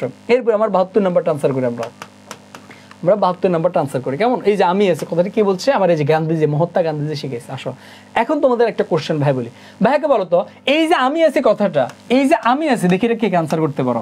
এই যে আমি আছি, এইটাও তোমার প্রশ্ন আসতে পারে। এই আমি আছি কথাটা গান্ধীজি কাকে শিখেছে? অপশন 1 বাংলার মানুষকে, অপশন 2 ভারতবর্ষের মানুষকে। ভাইকে বলো তো, ভাই একটা এমসিকিউ এরকম বিশ্লেষণ, মানে যখন পড়াবে পুরো গোষ্ঠী শুদ্ধ উত্তর হয়ে যাবো। ভাইকে বলতো, এই যে আমি আছি কথা সে কাকে শিখেছে? এটা কি বাংলার মানুষকে শিখেছে, নাকি ভারতবর্ষের, নাকি কোনোটাই না? ভাইকে বলতো, একটু আমরা প্রত্যেকে আনসার করি। এই জায়গা থেকে ডেফিনেটলি আনসার কি হবে? আমরা অনেকে দিতে পারি কি, হয়তো এটা নজরুল লিখছে বাংলার মানুষকে। নো, তৎকালীন সময় বাংলাদেশ ছিল না, তৎকালীন সময় উপমহাদেশ ভারতবর্ষ ছিল। গান্ধীজি শিখেছেন ভারতবর্ষের মানুষকে, নট বাংলা। বাংলা দিলে ভুল হবে, এটা কি হবে? ভারতবর্ষের মানুষ। আসো, এরপরে 72 নাম্বারটা আনসার করো। কাজী নজরুল ইসলামের সম্পাদিত পত্রিকার নাম কি? কাজী নজরুল ইসলামের সম্পাদিত পত্রিকার নাম কি? ভাইকে বলো তো, এই জায়গা আমাকে বলো। আমরা একটু আগে তার 3টা পত্রিকা পড়ছি, এটা ডেফিনেটলি কি হবে বলতো?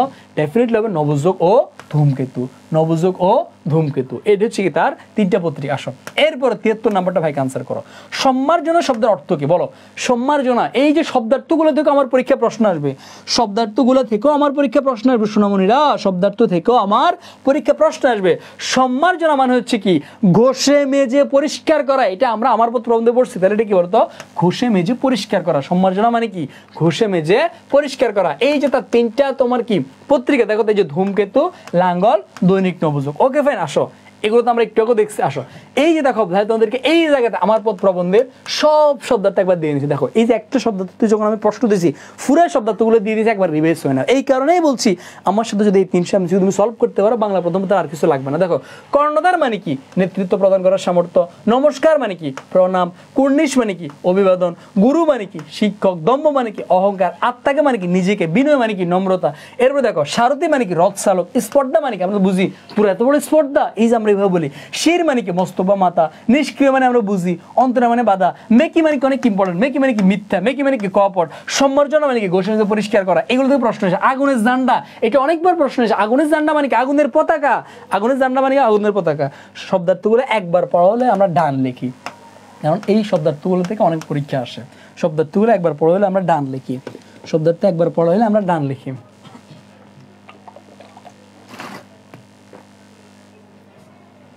পিডিএফ কিভাবে পাবা? পিডিএফ করিও না, পিডিএফ পাওয়ার উপরে আমি ক্লাসে লাস্টে বলে দেবো, কারণ পিডিএফটা ওরাই পাওয়ার যোগ্য যারা শেষ পর্যন্ত ক্লাসে থাকে ওরা, কারণ পিডিএফটা আমি পাবলিকলি দেবো না। ওকে, ডান ডান ডান ডান ডান।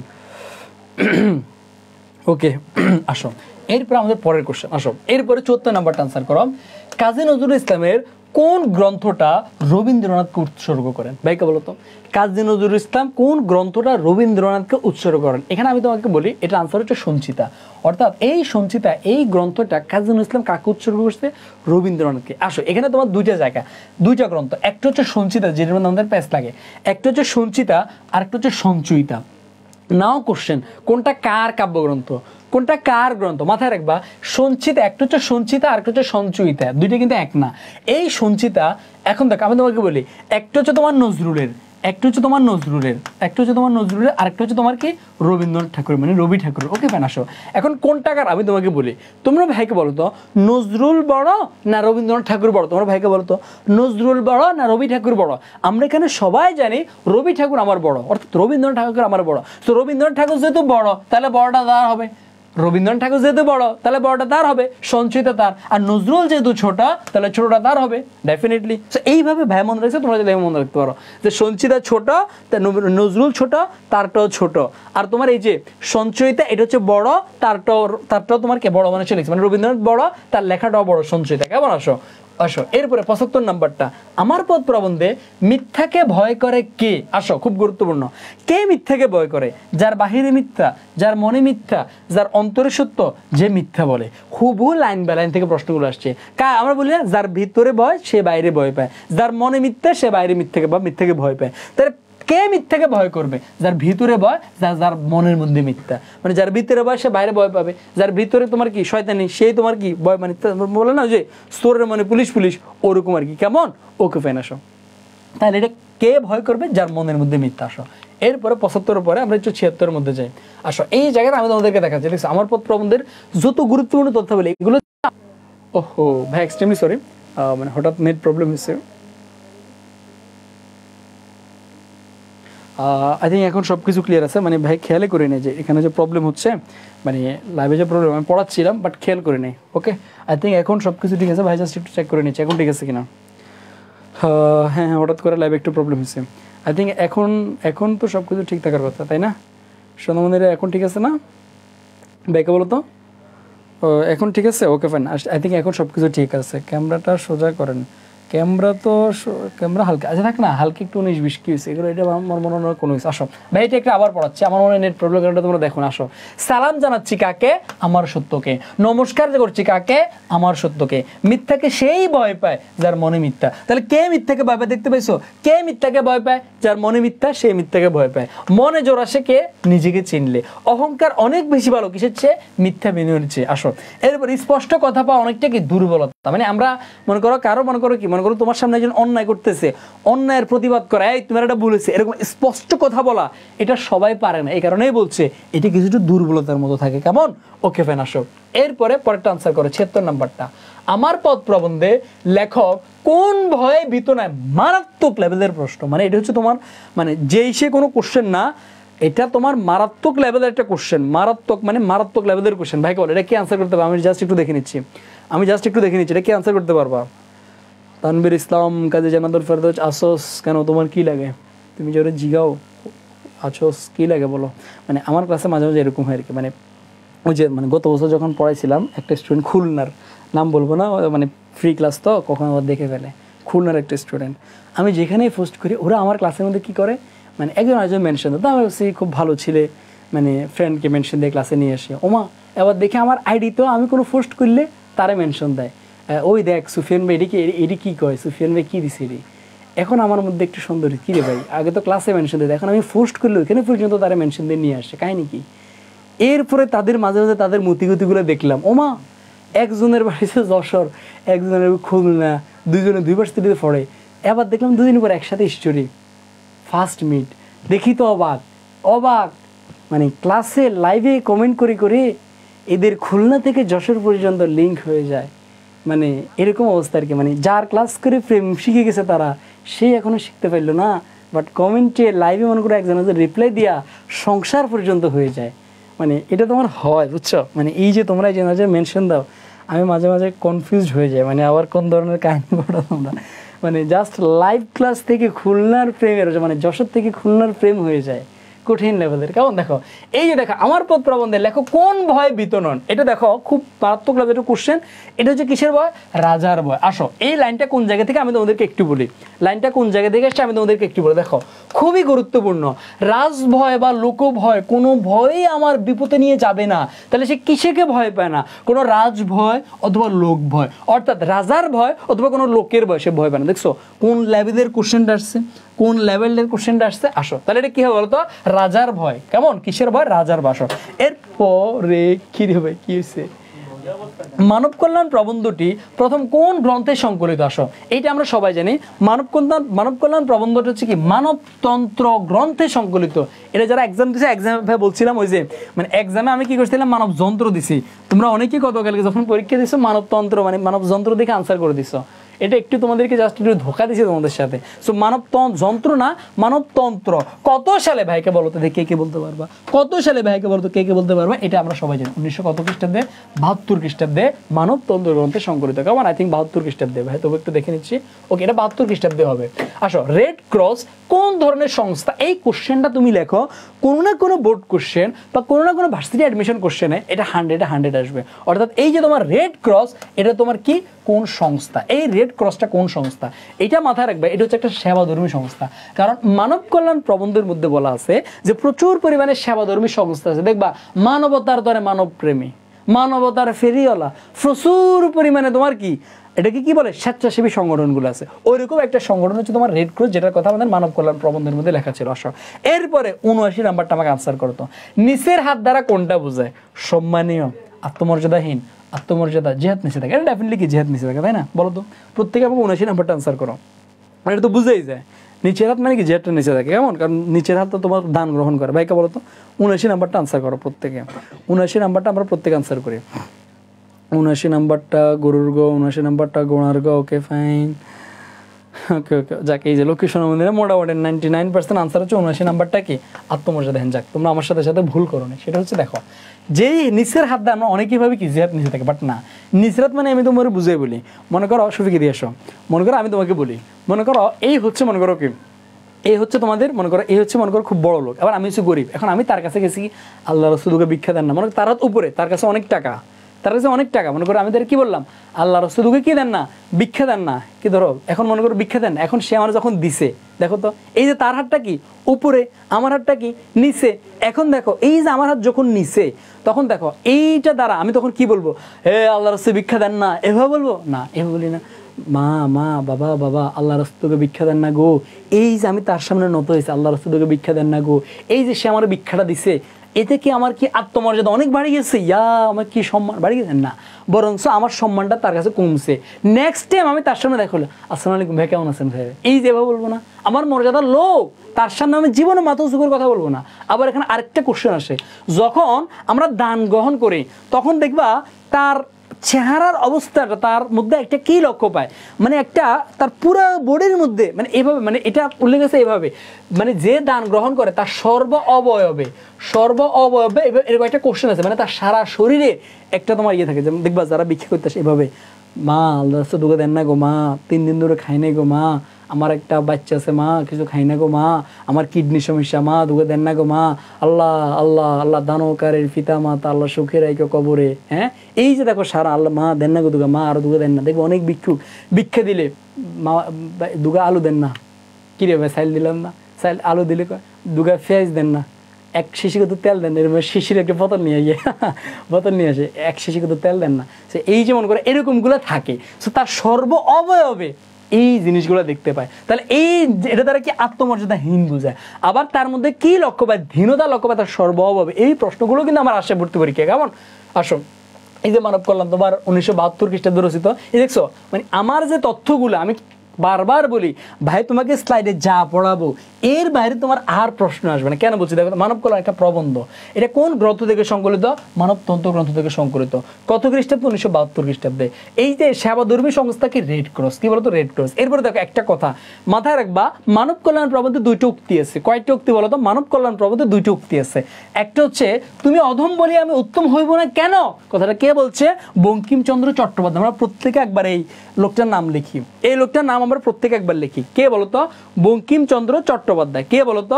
বঙ্কিমচন্দ্র চট্টোপাধ্যায়। কি বলেছে বলতো? তুমি অদম বলি আমি উত্তম হইব না কেন। আসো, আরেকটা উক্তি আছে, সেটা হচ্ছে রিলেশনশিপ ইজ দ্য ডট। আমি এগুলো যাবো না, তোমরা সবাই জানো রবীন্দ্রনাথ ঠাকুরের কীর্তিকলাপ যখন পড়াবো, মানে যাও নেক্সট ক্লাসে রবীন্দ্রনাথ, আজকে কাজী ঠাকুর কাজী নজরুল ইসলাম তো দেখাচ্ছি না, নেক্সট ক্লাসে রবীন্দ্রনাথ ঠাকুরের কীর্তিকলাপ দেখাবো। তার পুরো জীবনটাই শুধু রিলেশন নিয়ে ঘোরা, মানে বেড়ি আর বেড়ি, তার পুরো লাইফটা বেড়ি দিয়ে ভরপুর। সো এই যে এই কারণেই তার মানে তার উক্তিটার শুরুতে আছে রিলেশনশিপ।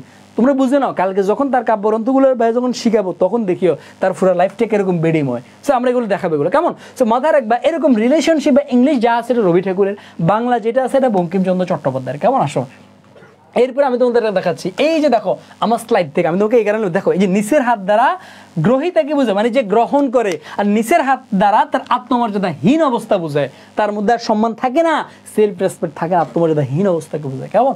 ওকে ফাইন, আসো এরপরে দেখো তো 80 নাম্বারটা ভাইকে আনসার করো। ভিক্ষা গ্রহণকারীর দীনতা কোথায় প্রতিফলিত হয়? বা মাত্র দেখাইছি, মানে ভিক্ষা গ্রহণকারীর মধ্যে দীনতা, মানে কি তার মধ্যে একটা বিনয়, একটা আল্লাহ রাসূল দেন না করে কোথায় প্রতিফলিত হয়? এটা কি তার মুখের মধ্যে? সর্ব অবয়বে, তার অন্তরে, হৃদয়ের গভীরে? মাত্র পড়াইছে সর্ব অবয়বে, তার সারা শরীরের মধ্যে। মা দেন না গো, মা দেন না গো, দেন না গো, আল্লাহ রাসূল দেন না গো, এই যে তার সারা শরীরের মধ্যে এরকম থাকে, তাহলে এটা কি হবে? সর্ববহুভু লাইন আছে, একটু পরে দেখাচ্ছে। আসো এরপরে 81 নাম্বারটা, কোনটা জাতীয় যৌথ চেতনার প্রতীক? ভাইকে বলতো জাতীয় যৌথ চেতনার প্রতীক কোনটা? ভাইকে বলতো জাতীয় যৌথ চেতনার প্রতীক কোনটা? ভাইকে বলতো ডেফিনেটলি বলতো রাষ্ট্র। হুবহু লাইন ব্যালেন থেকে প্রশ্ন আসে, আমি তোমাদেরকে এখন দেখাচ্ছি। আসো, এই যে মনে করো তোমার এই যে কই কই কই, এই যে কই কই কই সোনামণি কই, এই যে দেখো কই কই, এই যে দান বা ভিক্ষা গ্রহণকারীর ধীনতা কোথায় প্রতিফলিত হয়? সর্ব অবয়বে। কি প্রতিফলিত হয়? ধীনতা প্রতিফলিত হয়। কিসে? তার বিভৎস দৃশ্য। আর মানে বলছি কি প্রতিফলিত হয় তার বিভৎস দৃশ্য কার না নজরে পড়েছে? মানে এই যে ভিক্ষুকের এই বিভৎস দৃশ্যটা কার না আমরা প্রত্যেকেই দেখছি, এখানে কেউ নাই, প্রত্যেকে আমরা দেখছি, কারণ আমরা বাংলাদেশে থেকে আমরা সবাই জানি এখানে কি পরিমাণ ভিক্ষুকরা কি করা সব। এরপরে ভাই যে মাত্র বললাম, এই দেখো এই যে রাষ্ট্র, এটা কি? জাতির যৌথ জীবন আর যৌথ চেতনার প্রতীক। কারণ একটা রাষ্ট্র কি চিন্তা করে? রাষ্ট্রতে কারা আছে? এই বাঙালি জাতি থেকে তো আছে। আমাদের জাতির যেই চেতনাটা, এই চেতনাটা তো আমাদের রাষ্ট্রীয় চেতনা হবে। তো এই কারণে রাষ্ট্র হচ্ছে একটা জাতির যৌথ জীবন আর যৌথ চেতনার প্রতীক। কেমন? সেভাবে লাইন বাই লাইন পড়া লাগবে। সব এটা সরাই দাও না, সরাই দাও এটা। আসো এরপরে তোমার 82 নাম্বারটা বল, দেখছো মাত্র পড়াইছি এই লাইনটা, তুমি অধম বলি আমি উত্তম হইব না কেন? উক্তিটি কার? এই উক্তিগুলো থেকে প্রশ্ন আসবে। মাত্র তোমাদেরকে দেখেছি না, একটা হচ্ছে ইংলিশ, একটা হচ্ছে বাংলা। এখন এই উক্তিটা কার? ভাইকে বলো তো এই বাংলা উক্তিটা কার হবে? মাত্র বলছি এই বাংলা উক্তিটা ইউসুফ সরকার? নো, এটা কার? বঙ্কিমচন্দ্র চট্টোপাধ্যায়ের। কার উক্তি বলো তো? বঙ্কিমচন্দ্র চট্টোপাধ্যায়। আরেকটা আছে আমাদের কি রিলেশনশিপ, আরেকটা আছে আমাদেরকে রিলেশনশিপ, এটা কার? এটা হচ্ছে আমাদেরকে রবীন্দ্রনাথ ঠাকুরের। দেখো কেউ আসবে কিনা, না আসলে আটকে দাও, একবার আটকে যেত সেটাও। আসো 83 নাম্বারটা, প্রজাপতি কিসের দেবতা ভাইকে বলো তো, প্রজাপতি কিসের দেবতা ভাইকে বলো। এটা আমরা পড়ছি ওই যে অনুপমের ভাগ্য দেবতার এজেন্ট, ভাগ্য দেবতার এজেন্ট। তাহলে এই প্রজাপতিকে বলছে না আমার ভাগ্যের সাথে বা আমার তোমার কি প্রজাপতির কোনো বিরোধ নেই, একটা অনুপমের মধ্যে কি একটা লাইন আছে অপরিচিতা গল্পে। তাহলে এই প্রজাপতিটাকে সে হচ্ছে তোমার কি বিয়ের দেবতা, কিসের দেবতা, বিয়ের দেবতা। কারণ তার কপালে যে বিয়ে আছে কি নাই এই জিনিসটার জন্য। আবার গেছে কা ওকে, ওহো একটু বাঁকা হয়ে গেছে, ওকে নাও, ওকে ওকে আই থিঙ্ক এখন ঠিক আছে। আসো এরপরে 84 নাম্বারটা আনসার করে, আমরা 84 নাম্বারটা আনসার করি। আসো দেখো, ট্রেনে দেখা হবার সময় কল্যাণের বয়স কত? খুব গুরুত্বপূর্ণ একটা প্রশ্ন। এই বয়স থেকে একটা প্রশ্ন আমার আসবে, হোক এটা এইচএসসি বা অ্যাডমিশন। ভাইকে বলো তো, ভাইকে একটু বলো, বলো বলো বলো বলো ভাইকে বলো। এই যে ট্রেনে যখন দেখা হয়েছে তখন কল্যাণের বয়স কত? ভাইকে একটু বলো। আর্লি আর্লি আর্লি আর্লি ভাইকে বলো, যখন ট্রেনে দেখা হয়েছে তখন কল্যাণের বয়স কত ছিল বলো। 84 নাম্বারটা ভাইকে আনসার করো। 84 নাম্বার ক, 84 খ, ওকে ফাইন। আসো 84 সি, তো একজন 84 গ বলো না, তাহলে সাইড থেকে আসো। এই বয়স থেকে আমার প্রশ্ন আসবে। আসো ভাই তোমাদেরকে বয়সগুলো দেখাচ্ছি, দেখো বয়সগুলো দেখাচ্ছি। আসো অপরিচিত গল্পের সবচেয়ে ইম্পর্টেন্ট জায়গা হচ্ছে যে কার কত বছর বয়স। এখানে আমি তোমাদেরকে বলি, একটা হচ্ছে বিয়ের সময়ের বয়স আর একটা হচ্ছে তার বর্তমান বয়স। একটা কি বলো তো, বিয়ের সময়ের বয়স, একটা হচ্ছে বর্তমান বয়স। দেখো বিয়ের সময় অনুপমের বয়স ছিল তোমার 23 বছর, বিয়ের সময় অনুপমের বয়স কত ছিল? 23 বছর। বর্তমান কত বছর? মনে রাখবা 4 বছর পরে এটা লেখা হয়েছে। কয় বছর পরে? 4 বছর। তার মানে বর্তমান বয়স কত হবে? 27। তাহলে তার বিয়ের সময় বয়স কত? 23 বছর। বিয়ের সময় বয়স কত? 23 বছর। অনুপমের বর্তমান বয়স কত? 27 বছর। সেম টু সেম কল্যাণের বিয়ের সময় বয়স কত? 15 বছর। তাহলে বর্তমান বয়স কত হবে? 4 বছর যোগ করো, 19 বছর। কত বছর? 19 বছর। কত বছর? 19 বছর।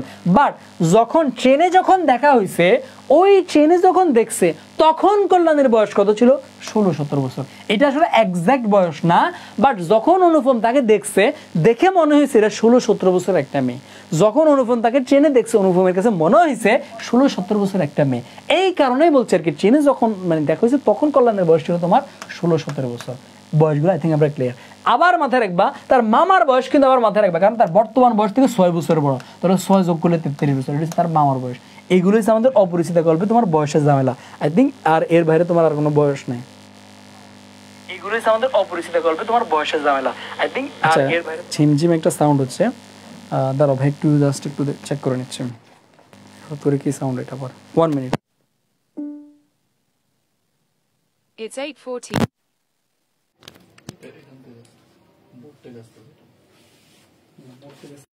আচ্ছা এখন বলো তো, এখন সাউন্ড ঠিক আছে কিনা? এটা একবার লাগাই দিলাম, দেখে ঠিক আছে কিনা। আচ্ছা এখন বলো তো, এখন সাউন্ড ঠিক আছে কিনা? এটা একবার লাগাই দিলাম, দেখে ঠিক আছে কিনা। না এটা মাইক্রোফোন না, কারণ বাইরে। আচ্ছা এখনো তো ঠিক হচ্ছে না। দাঁড়াও ভাই জাস্ট আর একটু কেরামতি কি করবো, দাঁড়াও। সুমন্ত সু কালিকুত্তরকু দিলাম, এটাকে একবার অন করে। ওহো নেটটা কাটা যাচ্ছে, দেখি কে রে ভাই, হঠাৎ এই প্রবলেম কেন?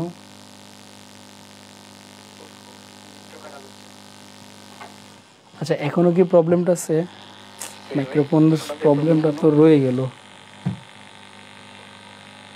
আরে এটা তো বাড়তেছে। আচ্ছা এখনো কি প্রবলেমটা আছে? মাইক্রোফোন প্রবলেমটা তো রয়ে গেল। আরে এটা তো বাড়তেছে। আচ্ছা এখনো কি প্রবলেমটা আছে? মাইক্রোফোন প্রবলেমটা তো রয়ে গেল। প্রচুর ঝিমঝিম, কি করা যায়? আচ্ছা দাঁড়াও তোমরা জাস্ট একটু দেখো, মানে আমি একটু দেখ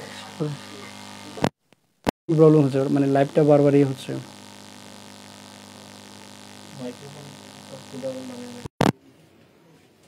আচ্ছা দাঁড়াও একটা মিনিট, আমরা মাইক্রোফোনটা খুলে দেখি, মানে জাস্ট একটা মিনিট মাইক্রোফোনটা পুরো খুলে রাখছি, দেখি মানে প্রবলেমটা গেছে। আমি একটু দেখি মোবাইলে না মাইক্রোফোনে। প্রবলেমটা মাইক্রোফোনে। আচ্ছা আমি একটু দেখি, আমাদের আর মাইক্রোফোন আছে না, একটু দেখে নিচ্ছি। জাস্ট 1 মিনিট, আমি দেখতেছি আরেকটা মাইক্রোফোন। Just 1 minute wait. আমাদের এমসিকিউ একবার শেষের দিকে, প্রায় আমরা অলরেডি মানে অনেকটু শেষ করে ফেলছি। Just 1 minute.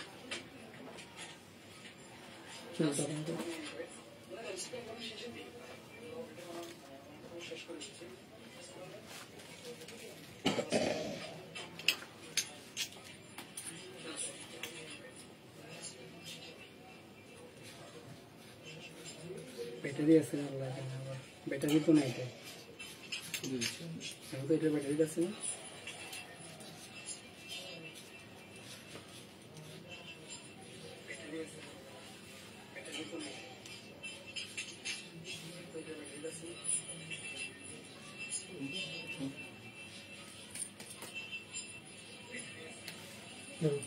ট্রাই করো তো। আচ্ছা আমরা কি একটা মিনিট জাস্ট ওয়েট করি, একটা মিনিট জাস্ট ওয়েট করি। দাঁড়া, এখানে আছে ব্যাটারি।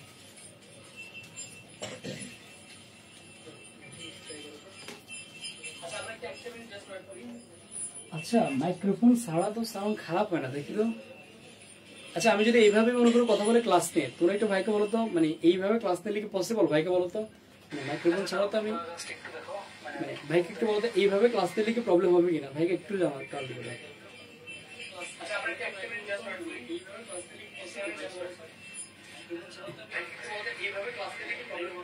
ভাইকে একটু আর্লি জানো, ভাইকে একটু আর্লি জানো তো।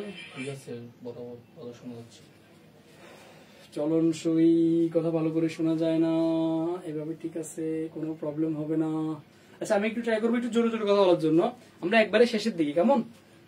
আমরা একবারেই শেষের দিকে, সো মোটামুটি আমি এভাবে চালা যাবে, একটু একটু জোরে জোরে কথা বলে, কারণ এখন মাইক্রোফোন ঠিক করতে গেলে ব্যাটারি লাগানো লাগে, ঝামেলা। আচ্ছা আমরা একবারে শেষের দিকে চলে এসেছি, আসো। এরপরে আমরা 86 নাম্বারটা, আমাদের জাস্ট 10টা এমসিকিউর মতো আছে, বের আর 10 মিনিটও লাগবে না, একটা টেনে দিচ্ছি। আসো, এগুলো আমরা সব পড়ছি। মেকি শব্দের অর্থ কি আমরা সবাই জানি, আমরা একটু আগে পড়ছি না মেকি। আমার পদ প্রবন্ধে আমরা মেকিটা পড়ছি, আমার পদ প্রবন্ধে আমরা মেকিটা পড়ছি। সো মেকি শব্দের অর্থ কি আমরা সবাই জানি। মেকি শব্দের অর্থ মিথ্যা, ইয়েস ডেফিনেটলি মিথ্যা। মেকি শব্দের অর্থ কপট, ইয়েস মিথ্যা আর কপট একই কথা। তাহলে এখানে আনসার কি হবে? ডেফিনেটলি আনসারটা হচ্ছে আমার কি, ক খ। এখানে আনসার কি হবে? আনসারটা হচ্ছে আমার ডেফিনেটলি ক ও খ। ওকে ভাই, আসো। এরপরে 87 নাম্বারটা আমরা আনসার করি। গান্ধীজির পরামর্শ কারা গ্রহণ করে না? মানে গান্ধীজির পরামর্শ কে কে গ্রহণ করে না? ভাই মাত্র বলছে গান্ধীজি কাদেরকে পরামর্শ দিছে, এই যে আমি আছি কথাটা সে কাদেরকে বলছে? ডেফিনেটলি দেখো ভারতবর্ষের, কলকাতার, দক্ষিণ আফ্রিকা, বাংলার। আমরা বারবার বলছি এই যে আমি আছি কথাটা সে কাকে বলছে?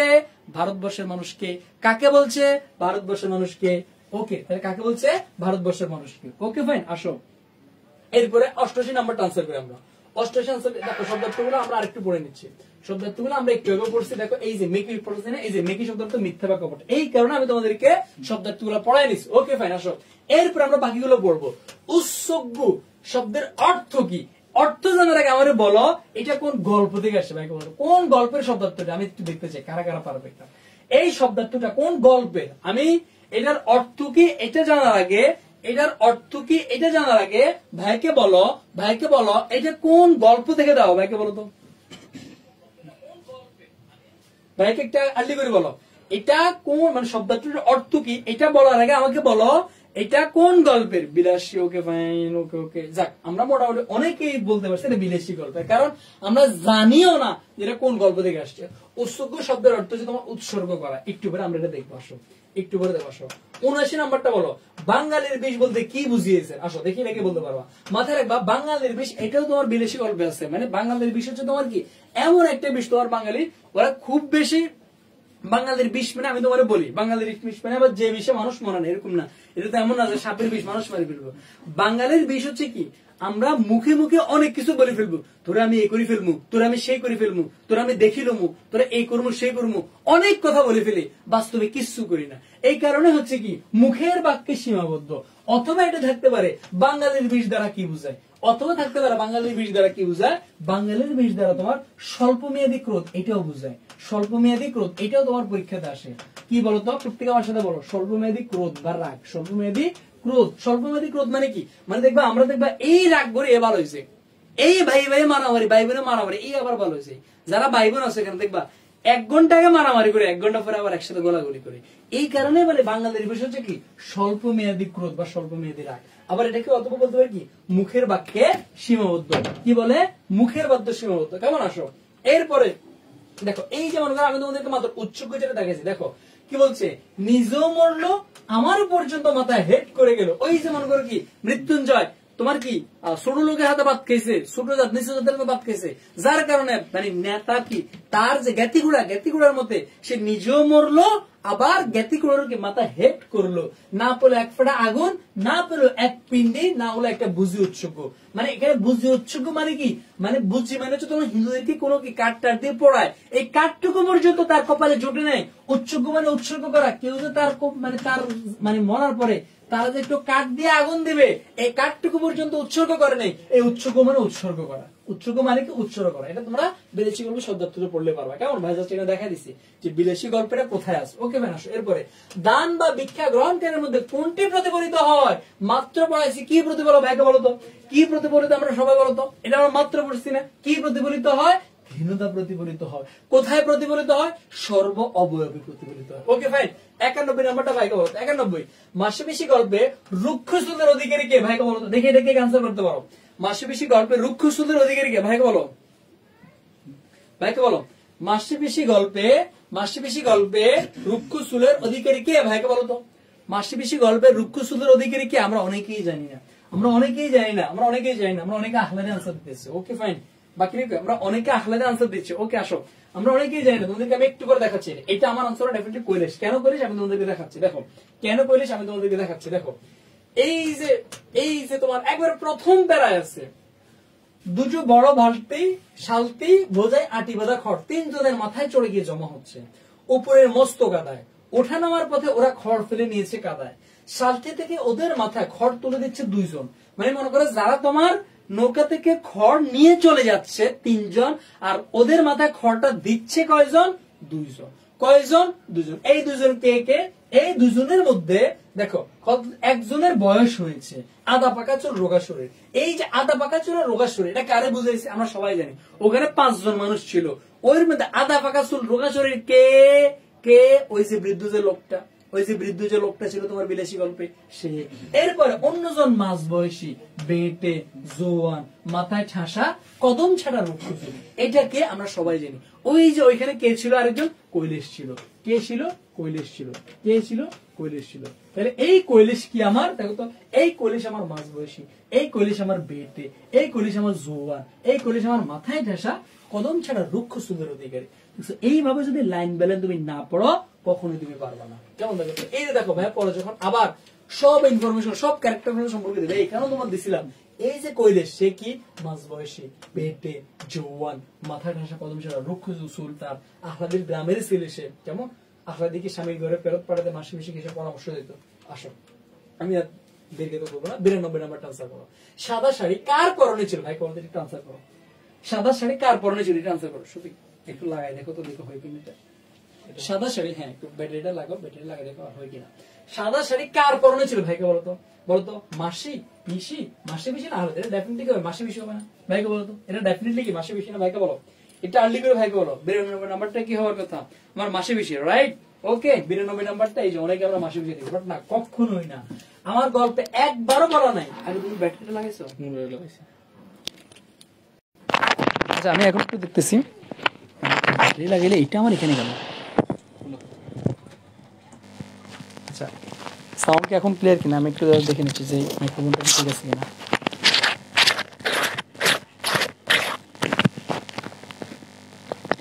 Hello Sufian, hello Sufian, hello Sufian.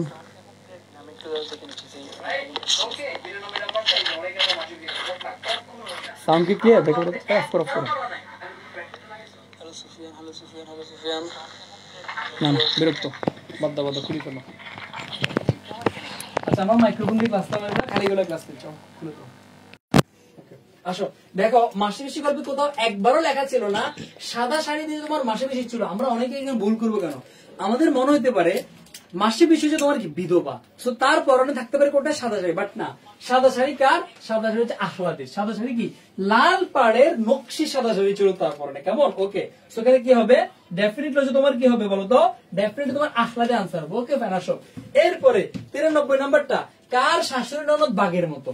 কার শাশুড়ি ননদ বাঘের মতো? হুবহু লাইন ব্যালেন্স, এটা আমরা সবাই জানি। ডেফিনেটলি কি হবে? মাসির শাশুড়ি ননদ বাঘের মতো। আসলে তোমাদেরকে আমি লাইন ব্যালেন্স গুলো দেখাচ্ছি। দেখো ভাই যখন যে স্লাইড গুলো দিই, আমি যখন পড়াই, মনে করো মাসির যখন পড়াইছি, প্রত্যেকটা ক্যারেক্টার সম্পর্কে যতগুলো ইনফরমেশন আছে ভাই দেখাইছি। এই যে আহ্লাদি, সেই তোমার কি তার ছিল কি নকশা পাড়ের সাদা শাড়ি ছিল, তার মুখটা কেমন ছিল? গোলগাল। তার মুখটা কেমন ছিল? গোলগাল। এই জায়গায় আসো আরেকটা কোশ্চেন হলো তোমাদেরকে, আসো আবার তার বাচ্চা তার 4 মাসের অন্তঃসত্ত্বা মানে তার পেটে যে বাচ্চাটা আছে এটা কয় মাস? 4 মাস। আসো তার সাইডে কেমন? সাদা। আসো এই জায়গাতে আমি তোমাদেরকে একটা কোশ্চেন করে বলতো, আমার এই যে তোমার ফ্যাকাশে মুখ কার ছিল? এই মাসেমসি গল্পের ফ্যাকাশে মুখ কার ছিল? দেখো একটা বলতো, কার মুখ ফ্যাকাশে বলছে? দেখি কে আনসার করতে পারবা। কার মুখ ফ্যাকাশে বলো তো ভাইকে, কার মুখ ফ্যাকাশে? ভাইকে বলতো যে কি আনসার করতে পারবা। ফ্যাকাশে মুখ কার কার ছিল ভাইকে বলতো, মানে কার মুখ ফ্যাকাশে ছিল? একটা আনসার করো, ফ্যাকাশে মুখ কার ছিল বলো। ওকে, এই যে লক্ষ্মী সোনা মন্দিরে যাক, আমার সোনা মন্দিরে খুব ভালো পারে। মাথায় রাখবা গোলগাল মুখ হচ্ছে তোমার আহ্লাদির, গোলগাল মুখ হচ্ছে তোমার আহ্লাদির, বাট ফ্যাকাশে মুখ কার? এটা হচ্ছে বুড়ো রহমানের মেয়ে, এটা হচ্ছে বুড়ো রহমানের মেয়ে, এটা হচ্ছে বুড়ো রহমানের মেয়ে, বুড়ো রহমানের মেয়ে। আসো আরেকটা আমার বাংলাতে আরেকটা মানুষের কথা আছে গোলগাল মুখ, দেখি কে কে বলতে পারবো। দেখো আমার আরেকটা গল্পে একটা মহিলা সম্পর্কে বলা আছে গোলগাল মুখের, ভাইকে বলতো, বলো দেখি কে কে বলতে পারবো, আমি একটু দেখতে চাই। মানে মানে এটা যে পারবে সে 100 লিজেন্ড। আমার পুরো বাংলা প্রথম পত্রের আরেকটা গল্পে আরেকটা মহিলা সম্পর্কে বলা আছে গোলগাল মুখের অধিকারী, বলতে কে কে বলতে পারবো দেখে আমি জাস্ট একটু দেখতে চাই। মানে এটা যে পারবে সে লিজেন্ড। সাব্বাস সোহানা মিম, অসংখ্য কংগ্রেচুলেশন, মানে তুমি লিজেন্ড। সাব্বাস সুমাইয়া ইসলাম, তুমিও লিজেন্ড, তুমিও লিজেন্ড, দুইটা লিজেন্ড আমি পাইছি, অ্যাবসলিউটলি সেলুট। সেটা হচ্ছে রেইনকোট গল্পের পাশের বাসার ভাবি, সে হচ্ছে গোলগাল মুখের অধিকারী। এইগুলো কিন্তু মানে আমি তো তোমাকে এখন শুধু বিদেশি পড়াচ্ছি না, শুধু রেইনকোট পড়াচ্ছি না, শুধু মাসে বেশি পুরো বাংলা সামারাইজ করতেছি। ফ্যাকাশে মুখ কার, গোলগাল মুখ কার, দেখছো এগুলো কিন্তু প্রশ্ন আসবে। ওকে ফ্যান আসো, এরপরে যে আমরা একটু আগে পড়ছি দেখো তো, এই যে দেখো গুরুত্বপূর্ণ যত ইনফরমেশন দেখো তো, আমি যে মাত্র পড়াইলাম না, দেখো তো কই যে এই যে মাত্র পড়াইছিলাম তোমাদেরকে, দেখো তো কই কই কই, সেটা হচ্ছে এই যে কার শাশুড়ি ননদ ছিল বাঘের মতো, কার মাসির শাশুড়ি ননদ ছিল বাঘের মতো। আবার অন্যদিকে ফিসে আসার দিকে বলো তোর ফিসে বা ফুফো ভালো ছিল, ফুফে ছিল যোগের মতো। তাহলে মাসির যে স্বামী মেশো ঠিক ছিল, বাট শাশুড়ি ননদ ছিল বাঘের মতো। আবার ফিসির শ্বশুর বাড়িতে সমস্যা নাই, বাট ফিসির জামাই ফিসি মানে ফুফা, সেই ছিল তোমার যোগের মতো। এখানে আরো ইনফরমেশন মাথায় রাখবা, এখানে আরো ইনফরমেশন মাথায় রাখবা। ফিসির হয়েছিল পুত্র সন্তান মানে ছেলে বাবু, ফিসির হয়েছিল খোকা। আবার মতে মাসি, মাসির হয়েছিল মেয়ে। তাহলে দেখো তো মাথায় রাখবা ভাইকে বলতো, মতে মাসি, মতে মাসি, মাসির হয়েছিল কি মেয়ে, মতে মাসি, মাসির হয়েছিল কি মেয়ে, পতে ফিসি, ফতে কি ফতে ফিসি, ফিসির হয়েছিল কি পুত্র, ফিসির হয়েছিল কি পুত্র, ফিসির কি ছিল পুত্র হয়েছিল। ওকে ফ্যান আসো, এরপরে বাকি যে ইনফরমেশন গুলো ব্যঞ্জন নুনবে মাসি বাকিগুলো আমরা পড়ে নেবো। ওকে ফ্যান আসো, 94 নামটা আমরা আনসার করে। মাসির কি হয়েছিল এই যে দেখো, দেখছো মাত্র পড়াইছে, মাসির কি হয়েছিল মতে মাসি, মতে কি বলতো, মতে হচ্ছে আমাদের মেয়ে। ওকে ফ্যান আসো, মতে হচ্ছে মেয়ে। এরপরে 95 নাম্বারটা, বঙ্গবন্ধু ঢাকা বিশ্ববিদ্যালয় কোন বিভাগে অধ্যয়ন করেন ভাইকে বলতো। বঙ্গবন্ধু ঢাকা বিশ্ববিদ্যালয় কোন বিভাগে, এটা আমরা সবাই জানি, আমি এদেরকে তো করবো না, ল ডিপার্টমেন্ট অধ্যয়ন করেন, এটা তোমরা জাস্ট একটু পড়ে নাও, ল ডিপার্টমেন্ট অধ্যয়ন করে আসো। এরপরে 95 পরে দেখো এই যে তোমাদেরকে দেওয়া আছে 96 নাম্বারটা আনসার করো। কতদিন ধরে বৃষ্টি চলছিল, কতদিন ধরে বৃষ্টি চলছিল ভাইকে বলো, এটা কয়দিন ধরে চলছিল এবং এটা কোন গল্প থেকে বলো, কোন গল্পের কোশ্চেন। কতদিন ধরে বৃষ্টি চলছিল এবং এটা কোন গল্পের কোশ্চেন ভাইকে বলতো, কতদিন ধরে বৃষ্টি চলছিল এবং এটা কোন গল্পের কোশ্চেন ভাইকে বলতো। এটা আমরা সবাই জানি ডেফিনেটলি কতদিন ধরে বলছি। একবার রেইনকোট গল্পের প্রথম পৃষ্ঠা প্রথম প্যারার প্রথম লাইন, 3 দিন ধরে বৃষ্টি চলছে একটা না, কয়দিন, 3 দিন। রেইনকোট গল্প, রেইনকোটটা কিসের প্রতীক আমরা সবাই জানি, আমি বিশ্লেষণ জানি, আমরা সবাই জানি, সবাই পারবো সাহসের প্রতীক আর দেশপ্রেমের প্রতীক। কারণ এই রেইনকোট পরার পরে নুরুল আমাদের দেশপ্রেম জাগ্রত হয়েছে, তার মধ্যে একটা সাহস জাগ্রত হয়েছে, তাহলে এটা কি হবে, সাহস ও দেশপ্রেম হবে। কেমন আসো এই যে তোমার দেখো একবার বললাম না প্রথম প্যারার প্রথম লাইন, দেখো এই বৃষ্টির মেয়াদ আল্লাহ দিলে পুরো 3 দিন। এই বৃষ্টির মেয়াদ কয়দিন, আল্লাহ দিলে পুরো 3 দিন। শনিতে 7 মঙ্গলে 3 আর সব দিন দিন। এটা কি, এটা জেনারেল স্টেটমেন্ট।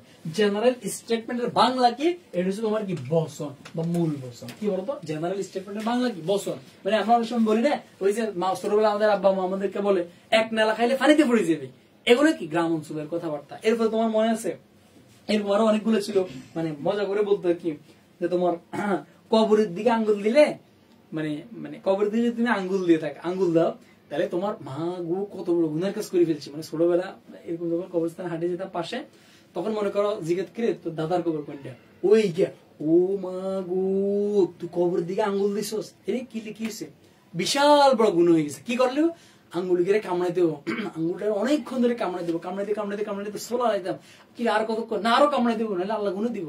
কঠিন অবস্থা।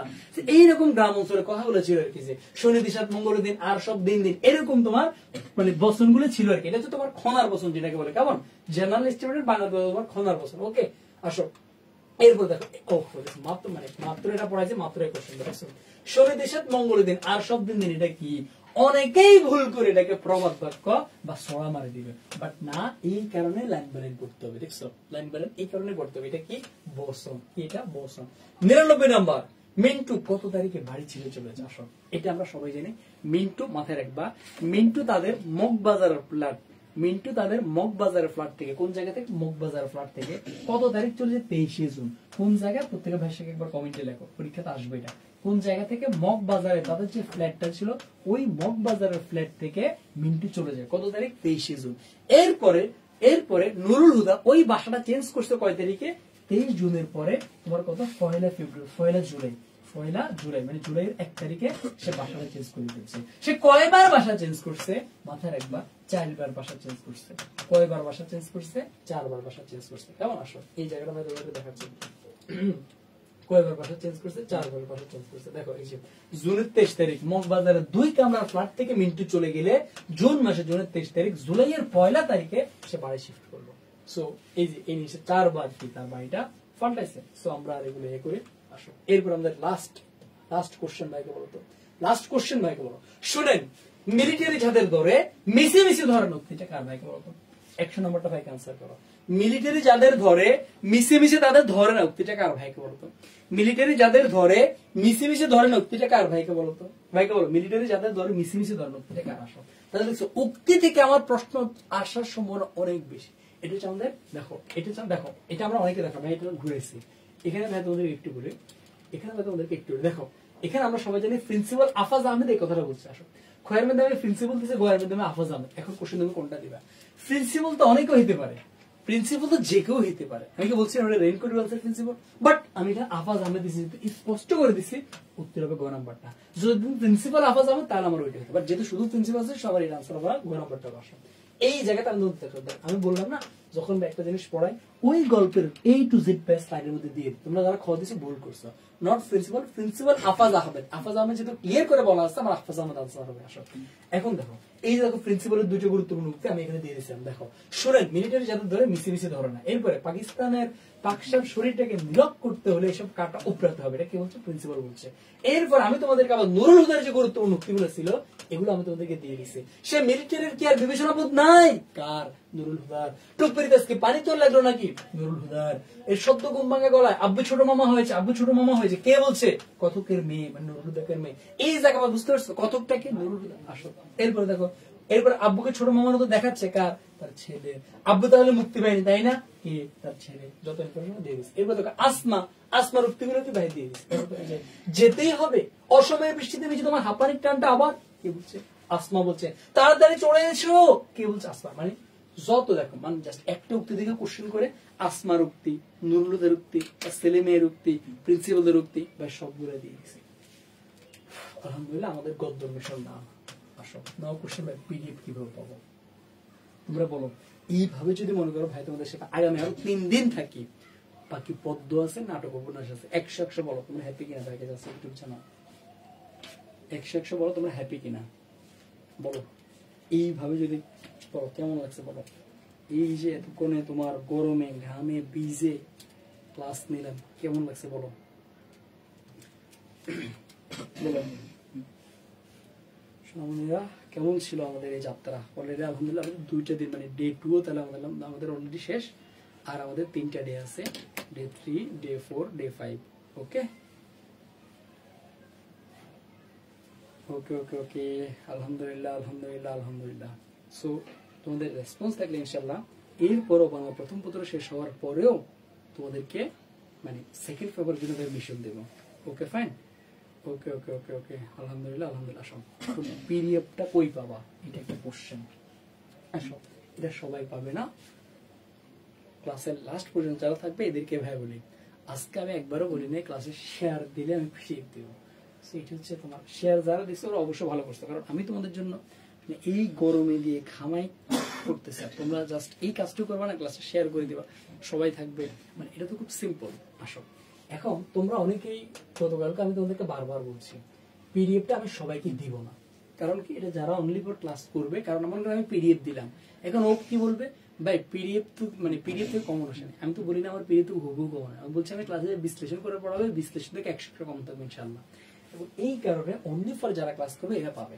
তোমরা অনেকে অ্যাকাউন্টিং নার্সের পেজে নক দিছো, বনিমিন পেজে, আরটিপির পেজে। এখন দেখো কালকে ক্লাস করছে কতজন, 1200 জন। এখন 1200 জনের যদি রিপ্লাই দিতে যায় পেজে, আমার এখন গালি দিবে, তোমার কারণে 1200 জনের পেজে রিপ্লাই দেওয়া লাগছে, মানে গালি দিবা আমার। এই কারণে বলছি তোমরা অনলি ফর আমাকে নক দিবা, মানে আমাকে যারা নক দিবা আমি দিয়ে দিব, কারণ আমার পেজ আমি দিয়ে রাখছি। মানে যারা আমাকে নক দিবা তাদেরকে আমি দিয়ে দিব। এবং কারা একটা শর্ত আছে, সেটা হচ্ছে মানে কিছু দিতে গেলে কিছু, মানে কিছু পাইতে গেলে কিছু দিতে হবে।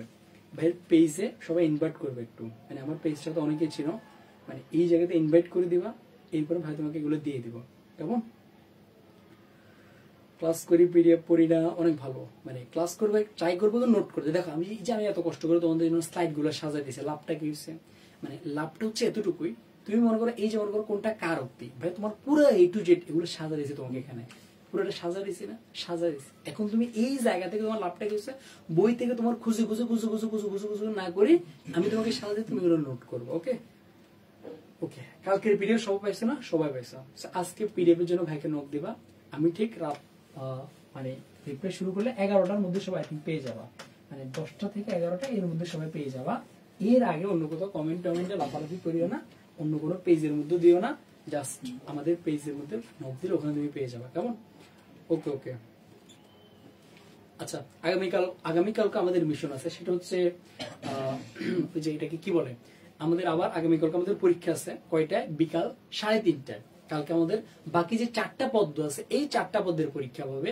আর আগামীকালকে আমাদের আবার সন্ধ্যা 7টায় আমাদের এমসিকিউ, আবার আমাদের যে মিশন মানে মিশন 3 সেটা আমাদের চলবে। তো আমরা প্রত্যেকে থাকবো। সো পিডিএফ কিভাবে পাবা আমি বলে দিচ্ছি। কালকের পিডিএফ পাইনে আমার আইডিতে নক দিয়ে আমি দিয়ে দেবো। আসো, এই আজকের পিডিএফ এর জন্য আমার আইডিতে নক দিও না ভাই। আমি যদি একটা মানুষ যদি মনে করো, এই যে তোমরা এখন এখানে 600 জন আছো, 600 জন রিপ্লাই দিতে চাই, আমার দিন রাত পুরোটা এক চলে যাবে। সো আমি জানি 600 জন পিডিএফ ডিজার্ভ করে না, অনলি পর যারা ইনভাইট করবে এরা একটা স্ক্রিনশট দিবে, এরপরে পেজের মধ্যে দিলে আমি দিয়ে দিব। ওকে, প্রচুর গরম। ওকে ঠিক আছে। আচ্ছা এখন ভাইকে একটু বলো ক্লাস তোমাদের কেমন লাগছে। আমি জাস্ট আর 1 মিনিট তোমাদের সাথে একটু কথা বলি, গল্প গুজব করে। বলো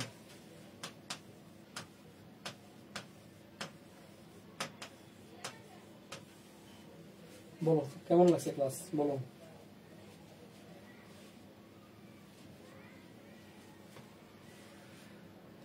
যোগু এলে আহ্লাদিকে কে কেন আনন্দের অভিনয় করতে শিখিয়ে দিয়েছিল? যোগু এলে আহ্লাদিকে কে কেন আনন্দের অভিনয় করতে শিখিয়ে দিয়েছিল? না, এটা হচ্ছে তোমাদের মানে মানে যোগু যখন আসছে, মানে যোগু যখন শ্বশুর বাড়িতে আসবে, তখন মাসি পিসি বলছে আর কি যে মানে স্বামী ঠিক হয়ে যাবে, যখন তোর পেটে বাচ্চা আসবে, যখন দেখবে একটা বাচ্চা হয়ে যাবে, তখন দেখবে স্বামীটা ঠিক হয়ে যাবে।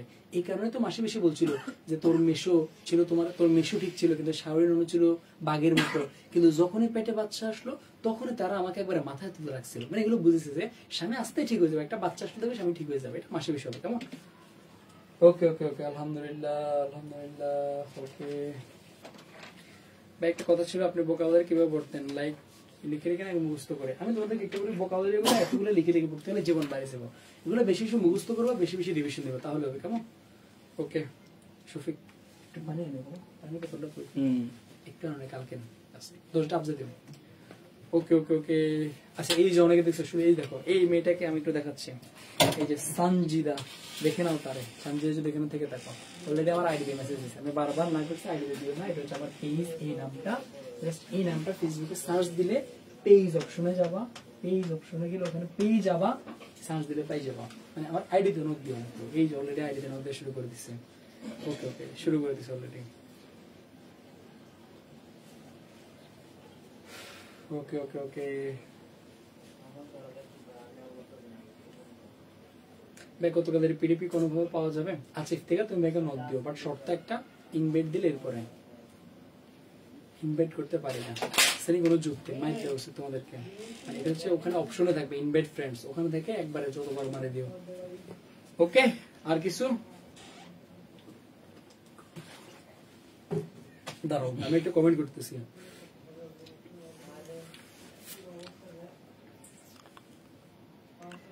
চশমা লাগতে দেখো পিডিএফ কই পাবো, রাফসান আহমেদ রিহান, মানে আমি বারবার বললাম পিডিএফ কই পাবো, এখন বলার পর আবার জিজ্ঞেস করে পিডিএফ কই পাবা। আমার আইডিতে নক দিয়ে লাভ নাই, আমি আগে বললাম। আচ্ছা এখানে বলো 25 কারাগার আসো তোমরা যারা এবার অ্যাডমিশন দিচ্ছে, আমি বারবার বলছি শফিক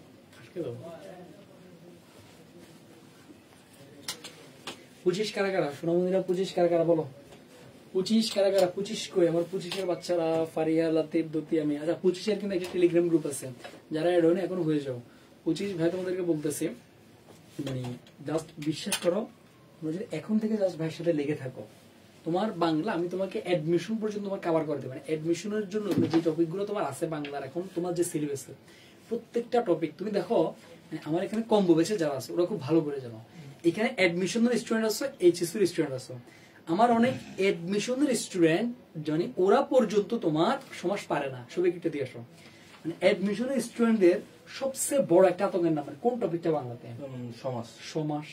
এরপরে তোমার মানে উচ্চারণে তোমার হসন্ত কোথায় বসে, নিয়মগুলা, উচ্চারণ, এইসব জায়গায় উচ্চারণ, বানান টপিক, এইসব জায়গায় বেশি। এই টপিক দেখো মানে সি ইউনিট বলো 2 ইউনিট বলো, মোস্ট কমন টপিক কোনগুলো? উচ্চারণ, বানান, এইচএসসি টপিকগুলো। HSC not only HSC admission কি এগুলো নাই? মানে অ্যাডমিশনে বানানে একটা প্রশ্ন আসে না এরকম বছর নাই বললেই চলে, বানানে প্রত্যেকটা ইউনিভার্সিটিতে থাকে, সমাজ থেকে থাকে। বাট এই টপিক গুলো তুমি অ্যাডমিশনে পড়াবানগুলো পারে না, পারে না। বাট আমার এইচএসসি যারা আছে কম্বো করছে, যারা ছিল ওদেরকে জিজ্ঞেস করা, ওরা এখনো ওরা সমাজ ফুল ক্লিয়ার, ওদের সমাজ ক্লিয়ার। তুমি ওদেরকে জিজ্ঞেস করো কোন সমাজ আটকেবা। তুমি দেখো অনেকে যদি প্রশ্ন করবে ত্রিভুজ কোন সমাজ, দেখি এখানে যারা আসবে আনসার করো তো, যারা আগে আমার ক্লাস করেন ত্রিভুজ কোন সমাজ, চতুর্ভুজ কোন সমাজ, মোস্ট অফ দ্য স্টুডেন্ট বই পড়ে আনসার করে কি দ্বিগু সমাজ। আমার কাছে বই আছে ভাই, আমি জানি কোন কোন বইতে দ্বিগু সমাজ লেখা আছে, জানিও না আমরা। সো এই যে মোস্ট স্টুডেন্ট অ্যাডমিশন দেয় এখনো পারে না। বাট আমার কাছে এইচএসসি তে যারা পড়ে এখন পড়ছে এরা সমাজ 100 পারে, এটা আমি বুকে হাত দিয়ে বলতে পারি, কারণ এদেরকে আমি শিখেছি নিজে। 3টা ক্লাসে শিখেছি, এমন না এক ক্লাসে সমাজ শেষ করেছি এমন না, 3টা ক্লাসে ধরে ধরে আমি তাদেরকে শিখেছি। ওরা পারবে না কেন? অবশ্যই পারবে। তো বাংলার এমন কোন টপিক থাকবে না ইনশাল্লাহ যেটা মানে তোমার 0% প্রবলেম থাকবে, মানে অ্যাটলিস্ট আমি যতদিন আছি ইনশাল্লাহ। এই যে দেখছো, এই যে তুমি এদের কমেন্ট গুলো দেখো, শামসুন্নাহর স্বপ্ন আমার কম্বোর স্টুডেন্ট ছিল, এই যে লামিন খান, তানবীর, এই যে আমার কম্বোর স্টুডেন্ট। এরপরে তোমার এই যে মানে এই যে আমার তাজরিনা, আর অনেকগুলো আছে কম্বোর, মানে এগুলো তোমার মানে এই যে তোমার দীপ্তি কম্বোর স্টুডেন্ট দেখছো। সো হ্যাঁ 26-এর জন্য ভাই বলতেছি 26-এর ফুল সিলেবাস তোমাদেরকে আমি কভার করাবো। 26-এর কিন্তু ফুল সিলেবাস, শর্ট সিলেবাস না, 26-এর ফুল সিলেবাস কভার করাবো। 26-এরটাও সেম। আমি জাস্ট তোমাদেরকে নাম্বারটা একবার দেখে নিচ্ছি, এটা হচ্ছে জাস্ট নাম্বারটা একবার দেখে নাও।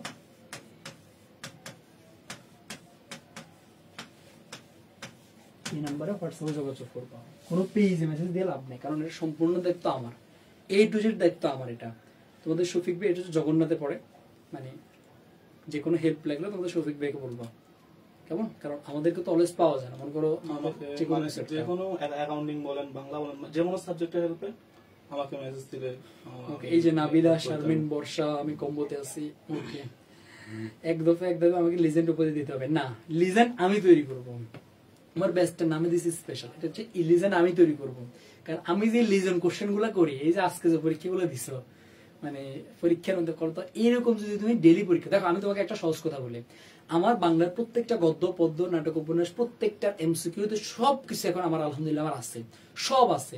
যত গুরুত্বপূর্ণ ইনফরমেশন তোমার এমসিকিউর জন্য লাগে আছে, সিকিউর জন্য যা লাগবে আছে। আমার এখন একটা কাজ, সেটা কি জানো? আমার এখন শুধু এক্সাম নেওয়া, বেশি বেশি এক্সাম নেওয়া। এই এক্সাম গুলা কি সহজ board question? No, legendary question বানানো, প্রতিনিয়ত লিজেন্ডারি কোশ্চেন বানানো।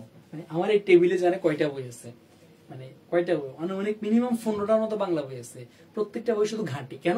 লিজেন্ড কোশ্চেন, কিভাবে লিজেন্ড কোশ্চেন বানানো যায়। এই লিজেন্ড কোশ্চেন যদি তুমি এক্সাম দাও, বোর্ড পরীক্ষা চরম কঠিন পরীক্ষা হোক, মানে আমি এটা অগ্রিম বলতেছি, 3টা পেপার মানে 3টে সাবজেক্ট, বাংলা, ইংলিশ এবং আইসিটি, এই 3টার মধ্যে 2টা সাবজেক্টে মারা দিবে। গ্রুপ সাবজেক্ট সহজ করবে, আই রিপিট, গ্রুপ সাবজেক্ট মোটামুটি ইজি করবে তোমার এইচএসসি তে। বাট এই 3টার মধ্যে 2টাতে কমপক্ষে মারা দিবে তোমাকে। কিভাবে? হয়তোবা বাংলা প্রথমে মারা, নয়তো সেকেন্ডে মারা, কোনো না কোনো বইটা মারবেই মারবে। আর ইংলিশে তখন মানে পড়াবান যখন মারা যাবে, তখন ইংলিশে ভালো পড়াশোনা করবে, ইংলিশটা সহজ করবে মোটামুটি, আবার আইসিটি মারাটা দিয়ে দিবে। সো এই যত লেভেলে যেভাবে মারুক না কেন কোনো লাভ নেই।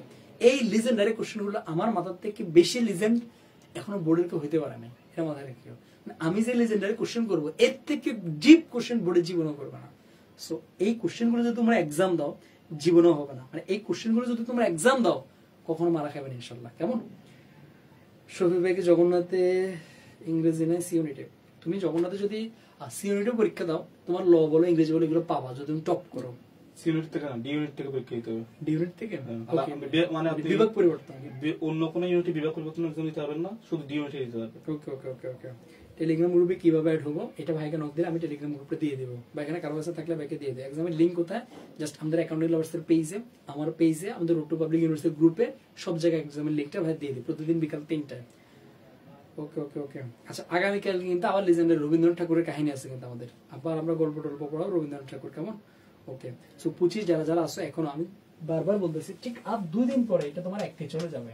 কারণ আমি তোমাদেরকে এখানে, আমি তোমাদেরকে বলি তোমাদেরকে এই জায়গাতে সবাই একটু সাইড দিলে, আমি তোমাদেরকে এই জায়গাতে যতগুলো গদ্য আছে, যতগুলো পদ্য আছে, নাটক উপন্যাস, আচ্ছা যারা আমার কাছে নাটক উপন্যাস পড়ছো আমার কাছে বলো তো নাটক উপন্যাস তোমার কেমন লাগছে? আমার কাছে পড়ে বোরিং লাগছে বা নাটক উপন্যাস তুমি পারো না? এখানে যারা নাটক উপন্যাস পড়ছো ভাইকে বলো, মানে তোমার এই যে গদ্য পদ্য নাটক উপন্যাস A to Z উপন্যাসের, মানে যারা আমার আগে ওরা খুব ভালো জানে নাটক উপন্যাসের আমি কি পরিমাণ ঘাটাঘাটি করে যত গুরুত্বপূর্ণ যত ইনফরমেশন আমি সব দিছি। তো এই জায়গায় তুমি তোমার বলো যে গদ্য পদ্য নাটক উপন্যাস, এরপরে তোমার বাংলা সেকেন্ড পেপারের ব্যাকরণের যে আইটেম গুলা, আমার একটা স্টুডেন্ট এখানে বলে অ্যাডমিশন হয়েছে, ব্যাকরণ আইটেম গুলো তোমাদের কেমন লাগছে বা কেমন ভাবে পড়াইছিলাম, প্রত্যেকটা জিনিস ভাই খুব ভালোভাবে পড়াইছিলাম, এগুলো জীবনে তুমি ভুলবা না। এই টপিক গুলো এইচএসসি অ্যাডমিশন তুমি জীবনেও ভুলবা না। তো এই যে এত কষ্ট, আবার 26-এর জন্য দেখো 26-এর জন্য কিন্তু আর 7টা করে না, 26-এর জন্য মনে 12টা করে। তো 26 তোমাদেরটা শুধু একটা না, তোমাদেরটা আমি লিখে দিলাম অ্যাডভান্স 1250, যেটা তুমি লিখে রাখো 1250। আবার এগুলোর সাথে কিন্তু 70 মার্কের নির্মিত আছে, কোনটা কিভাবে লিখবে এগুলো সবকিছু আমি দিয়ে দিবো, আবার নির্মিত আছে। তোমাদেরটা খুব অস্থিরে 1250 যাবে, তুমি লিখে রাখিও। এখন হয়ে গেলে তুমি জাস্ট এই নাম্বারে বিকাশ নম্বর আছে 750 টাকা, বা আমার হোয়াটসঅ্যাপে নোট দিলে আমি তোমাকে বিস্তারিত দিয়ে দিব। ওকে ওকে ওকে ভাই, নাটকটা বুঝে নিয়ে ভালো করে। ইকবাল হোসেন তুমি জাস্ট ভাইয়ের ক্লাস করবা, মানে তোমার নাটক তোমার পুরো মাথা সেট করা। চাও তোমাদের রেসপন্স থাকলে ভাই নাটক আবার নেবে, যাও পোলাপান আমার আইডি করতেছে, কমেন্ট করে পেয়ে যাবে। ওকে ওকে ওকে ওকে ওকে ওকে ওকে। 25-26 যারা আসছো, আর এখানে অ্যাডমিশন বেচে মোটামুটি মোস্ট অফ স্টুডেন্ট অ্যাডমিশন বেচে, তোমরা খুব ভালো করে জানো। মানে তোমরা আমাকে বুকে হাত দিয়ে বলো তো অ্যাডমিশন বেচ তোমরা যারা যারা আসছো, মানে তোমরা যদি ভাইয়ের ক্লাসগুলো যদি এইচএসসি লেভেলে পাইতা তোমাদের কি লাভ হইতো ভাইকে বলতো? মানে তুমি দেখো তোমার এইচএসসি থাকতে মনে করো এই যে এখন যা পড়াচ্ছি এইগুলো যদি তুমি এইচএসসি থেকে যদি তোমার 100 থাকতো, বাংলা তুমি অ্যাডমিশন কতটুকু কাভার হয়ে যেত? তোমার গদ্য পদ্য নাটক উপন্যাস এরপরে ব্যাকরণের কমপক্ষে 7টা আইটেম ফুল যদি তোমার কাবাব থাকতো, এই যে বানান উচ্চারণ নত্য সত্য উপসর্গ, এরপরে তোমার কি বাক্য প্রকরণ পদ প্রকরণ সমাস, হ্যাঁ এই টপিক গুলো যদি তোমার এইচএসসি থেকে কাভার A to Z হয়ে যেত, এডমিশন তোমার আর বাংলার কি থাকতো? তুমি জানো আমার কম্বো করছে, আমি এডমিশনের ক্লাস পর্যন্ত গিফট করছি, উপসর্গ আরেকটা মানে তোমার কারক না কোন একটা টপিক গিফট করছি। সো অলওয়েজ সব কিছু পাবা। কেমন? ওকে। এইচএসসি তে কেন আপনাদের প্ল্যাটফর্মের খবরটা পাইলাম না? বিলকিস বিশ্বাস করো অ্যাডমিশন প্রত্যেকটা স্টুডেন্ট যদি এই জায়গায় যদি মানে ভাইকে ভালোবাসা না দেয় সবগুলো স্বার্থপর। আমি মানে আমাকে কেউ বলতে পারেন ভাই আপনি স্বার্থপর, আপনি আপনার স্বার্থ রেখে কাজ করছেন, বাট তোমরা এই জায়গাতে যদি ভালোবাসা না দাও এটা তোমরা তোমাদের স্বার্থপরের পরিচয় দিবা, কারণ তোমাদের জন্য আমি কি কষ্ট করছি ভালো করে জানো। ভাই আজকের পিডিএফটা কি আপনাকে নক দিলে পাবো, পেজে নক দিলে পাবা? ওকে ওকে ওকে ওকে ওকে ওকে ওকে ওকে সোনামন্দিরা ঠিক আছে ঠিক আছে। এইচএসসি 25 কিভাবে পড়লে ভালো হবে পরামর্শ দেন। আসো অর্পিতা আমি তোমাদেরকে বলি, এখন থেকে যে পড়াটা পড়বা এই পড়াটার সাথে রিলেট করবে এটা আমার অ্যাডমিশন আছে কিনা। যেমন তোমরা যারা সি ইউনিটে আসো তোমাদের ইংলিশ ফার্স্ট ফেভার কিন্তু অ্যাডমিশনের নাই, ইংলিশ সেকেন্ড ফেভার অ্যাডমিশন আছে। সো গ্রামারের যে টপিকটা পড়বা এই টপিকের বোর্ড কোশ্চেন যখন সলভ করবা পাশাপাশি এই টপিক থেকে বিগত সালে ভার্সিটি অ্যাডমিশন কোন কোশ্চেনগুলো আসছে এগুলো পড়া ট্রাই করবা।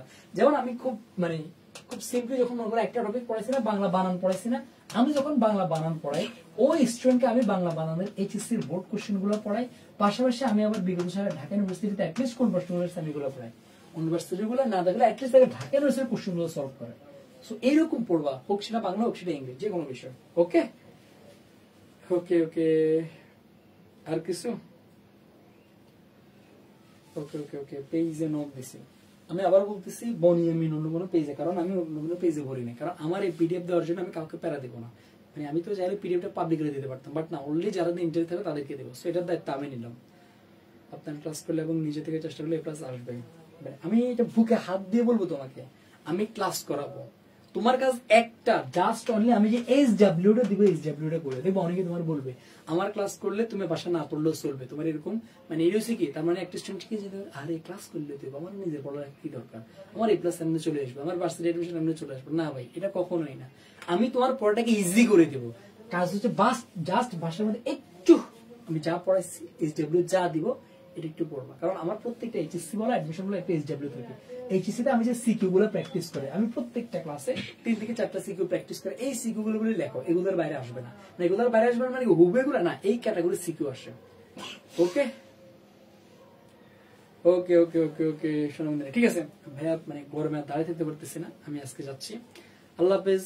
এক্সাম আর ক্লাসের রুটিনটা কোথায় পাবো? আমার পেজে পাবা, অ্যাকাউন্টিং লাভার্স এর পেজে পাবা, RTB এর রুটিনে পাবা, প্রত্যেকটা জায়গাতে পেয়ে যাবা। ঠিক আছে শোনাম। আচ্ছা আমি তোমাদেরকে বলি, ও আইডিটা হচ্ছে তোমার অ্যাকাউন্টিং লাভার্স এর গ্রুপের মধ্যে গেলে অনেক মানে ওর অনেক পোস্ট পাবা, ওখানে পেয়ে যাবা। আর এখানে মানে আমি বলি আমার আইডি তো তোমরা অনেকে মানে এই যে হোয়াটসঅ্যাপ নাম্বারটা দিচ্ছেন, আচ্ছা আমি নাম্বারটা আবার দিচ্ছি। তোমরা অনেকে কি করো মানে প্রচুর পরিমাণে হুদায় মেসেজ দিতে থাকো। মানে এটা আমি জীবনে কখনো আমার নাম্বার কাউকে দিই না, বাট এখন এটা যেহেতু মানে দায়িত্ব যেহেতু আমি দিচ্ছি, এই কারণে আমার নাম্বারটা দিচ্ছি। এর মানে এই না রাত দিন 24 ঘন্টা তুমি কল মারি দিবে, কি দেবে তোমরা ডিরেক্ট কল মেরে দাও, এই কাজ কখনোই করবে না। মানে কল না, জাস্ট তোমার কোনো কিছু জানতে একটা মেসেজ দেবে। আর আমার হোয়াটসঅ্যাপটাতে না দিয়ে মানে ভর্তি নিয়ে বা আমাদের কোর্স নিয়ে জানতে হলে এটা মেসেজ দেবে, বাট কল দেওয়া মেসেজ এগুলো করিও না। মানে ভর্তি বা তোমার এই যে এগুলোর জন্য দিতে পারো, বাট মানে কল না, মেসেজ দেওয়া। এক্ষেত্রে তোমার এই যে মানে যার আইডি, যেমন সুযোগের আইডি দিলাম, এখন তুমি কি করলা ওর আইডিতে কল মারা দিচ্ছ, এই কাজগুলো কখনো করবে না। কোনো প্রয়োজন হলে হেল্প লাগলে মেসেজ দিবে সর্বোচ্চ। ঠিক আছে ভাই, আজকে আর কথা না বলি। ওকে ওকে, পেড ব্যাচের ক্লাস কবে হবে? ফারিহা লাতিফ দতি, এটা কি HSC এর অ্যাডমিশন তো আমাদের চলে, অ্যাডমিশন পেড তো এখন ওদের রিভিশন চলতেছে, 2 দিন পর আবার শুরু হবে। আর HSC টা ডিসেম্বরের খুব দ্রুত শুরু হয়ে যাবে। এখানে আরেকটা জিনিস ভাই তোমাদেরকে বলি, এই জায়গাতে তোমরা মনে করো HSC এর যতগুলো আছে পদ্য সব পাবা। স্পেশাল কোন জায়গাতে ভাই তোমাদেরকে বলি, আমি HSC এর বোর্ড কোশ্চেন সলভ করাবো, টেস্ট পেপার সলভ করাবো, এরপরে তোমার এক্সাম ফাইনাল মডেল টেস্ট।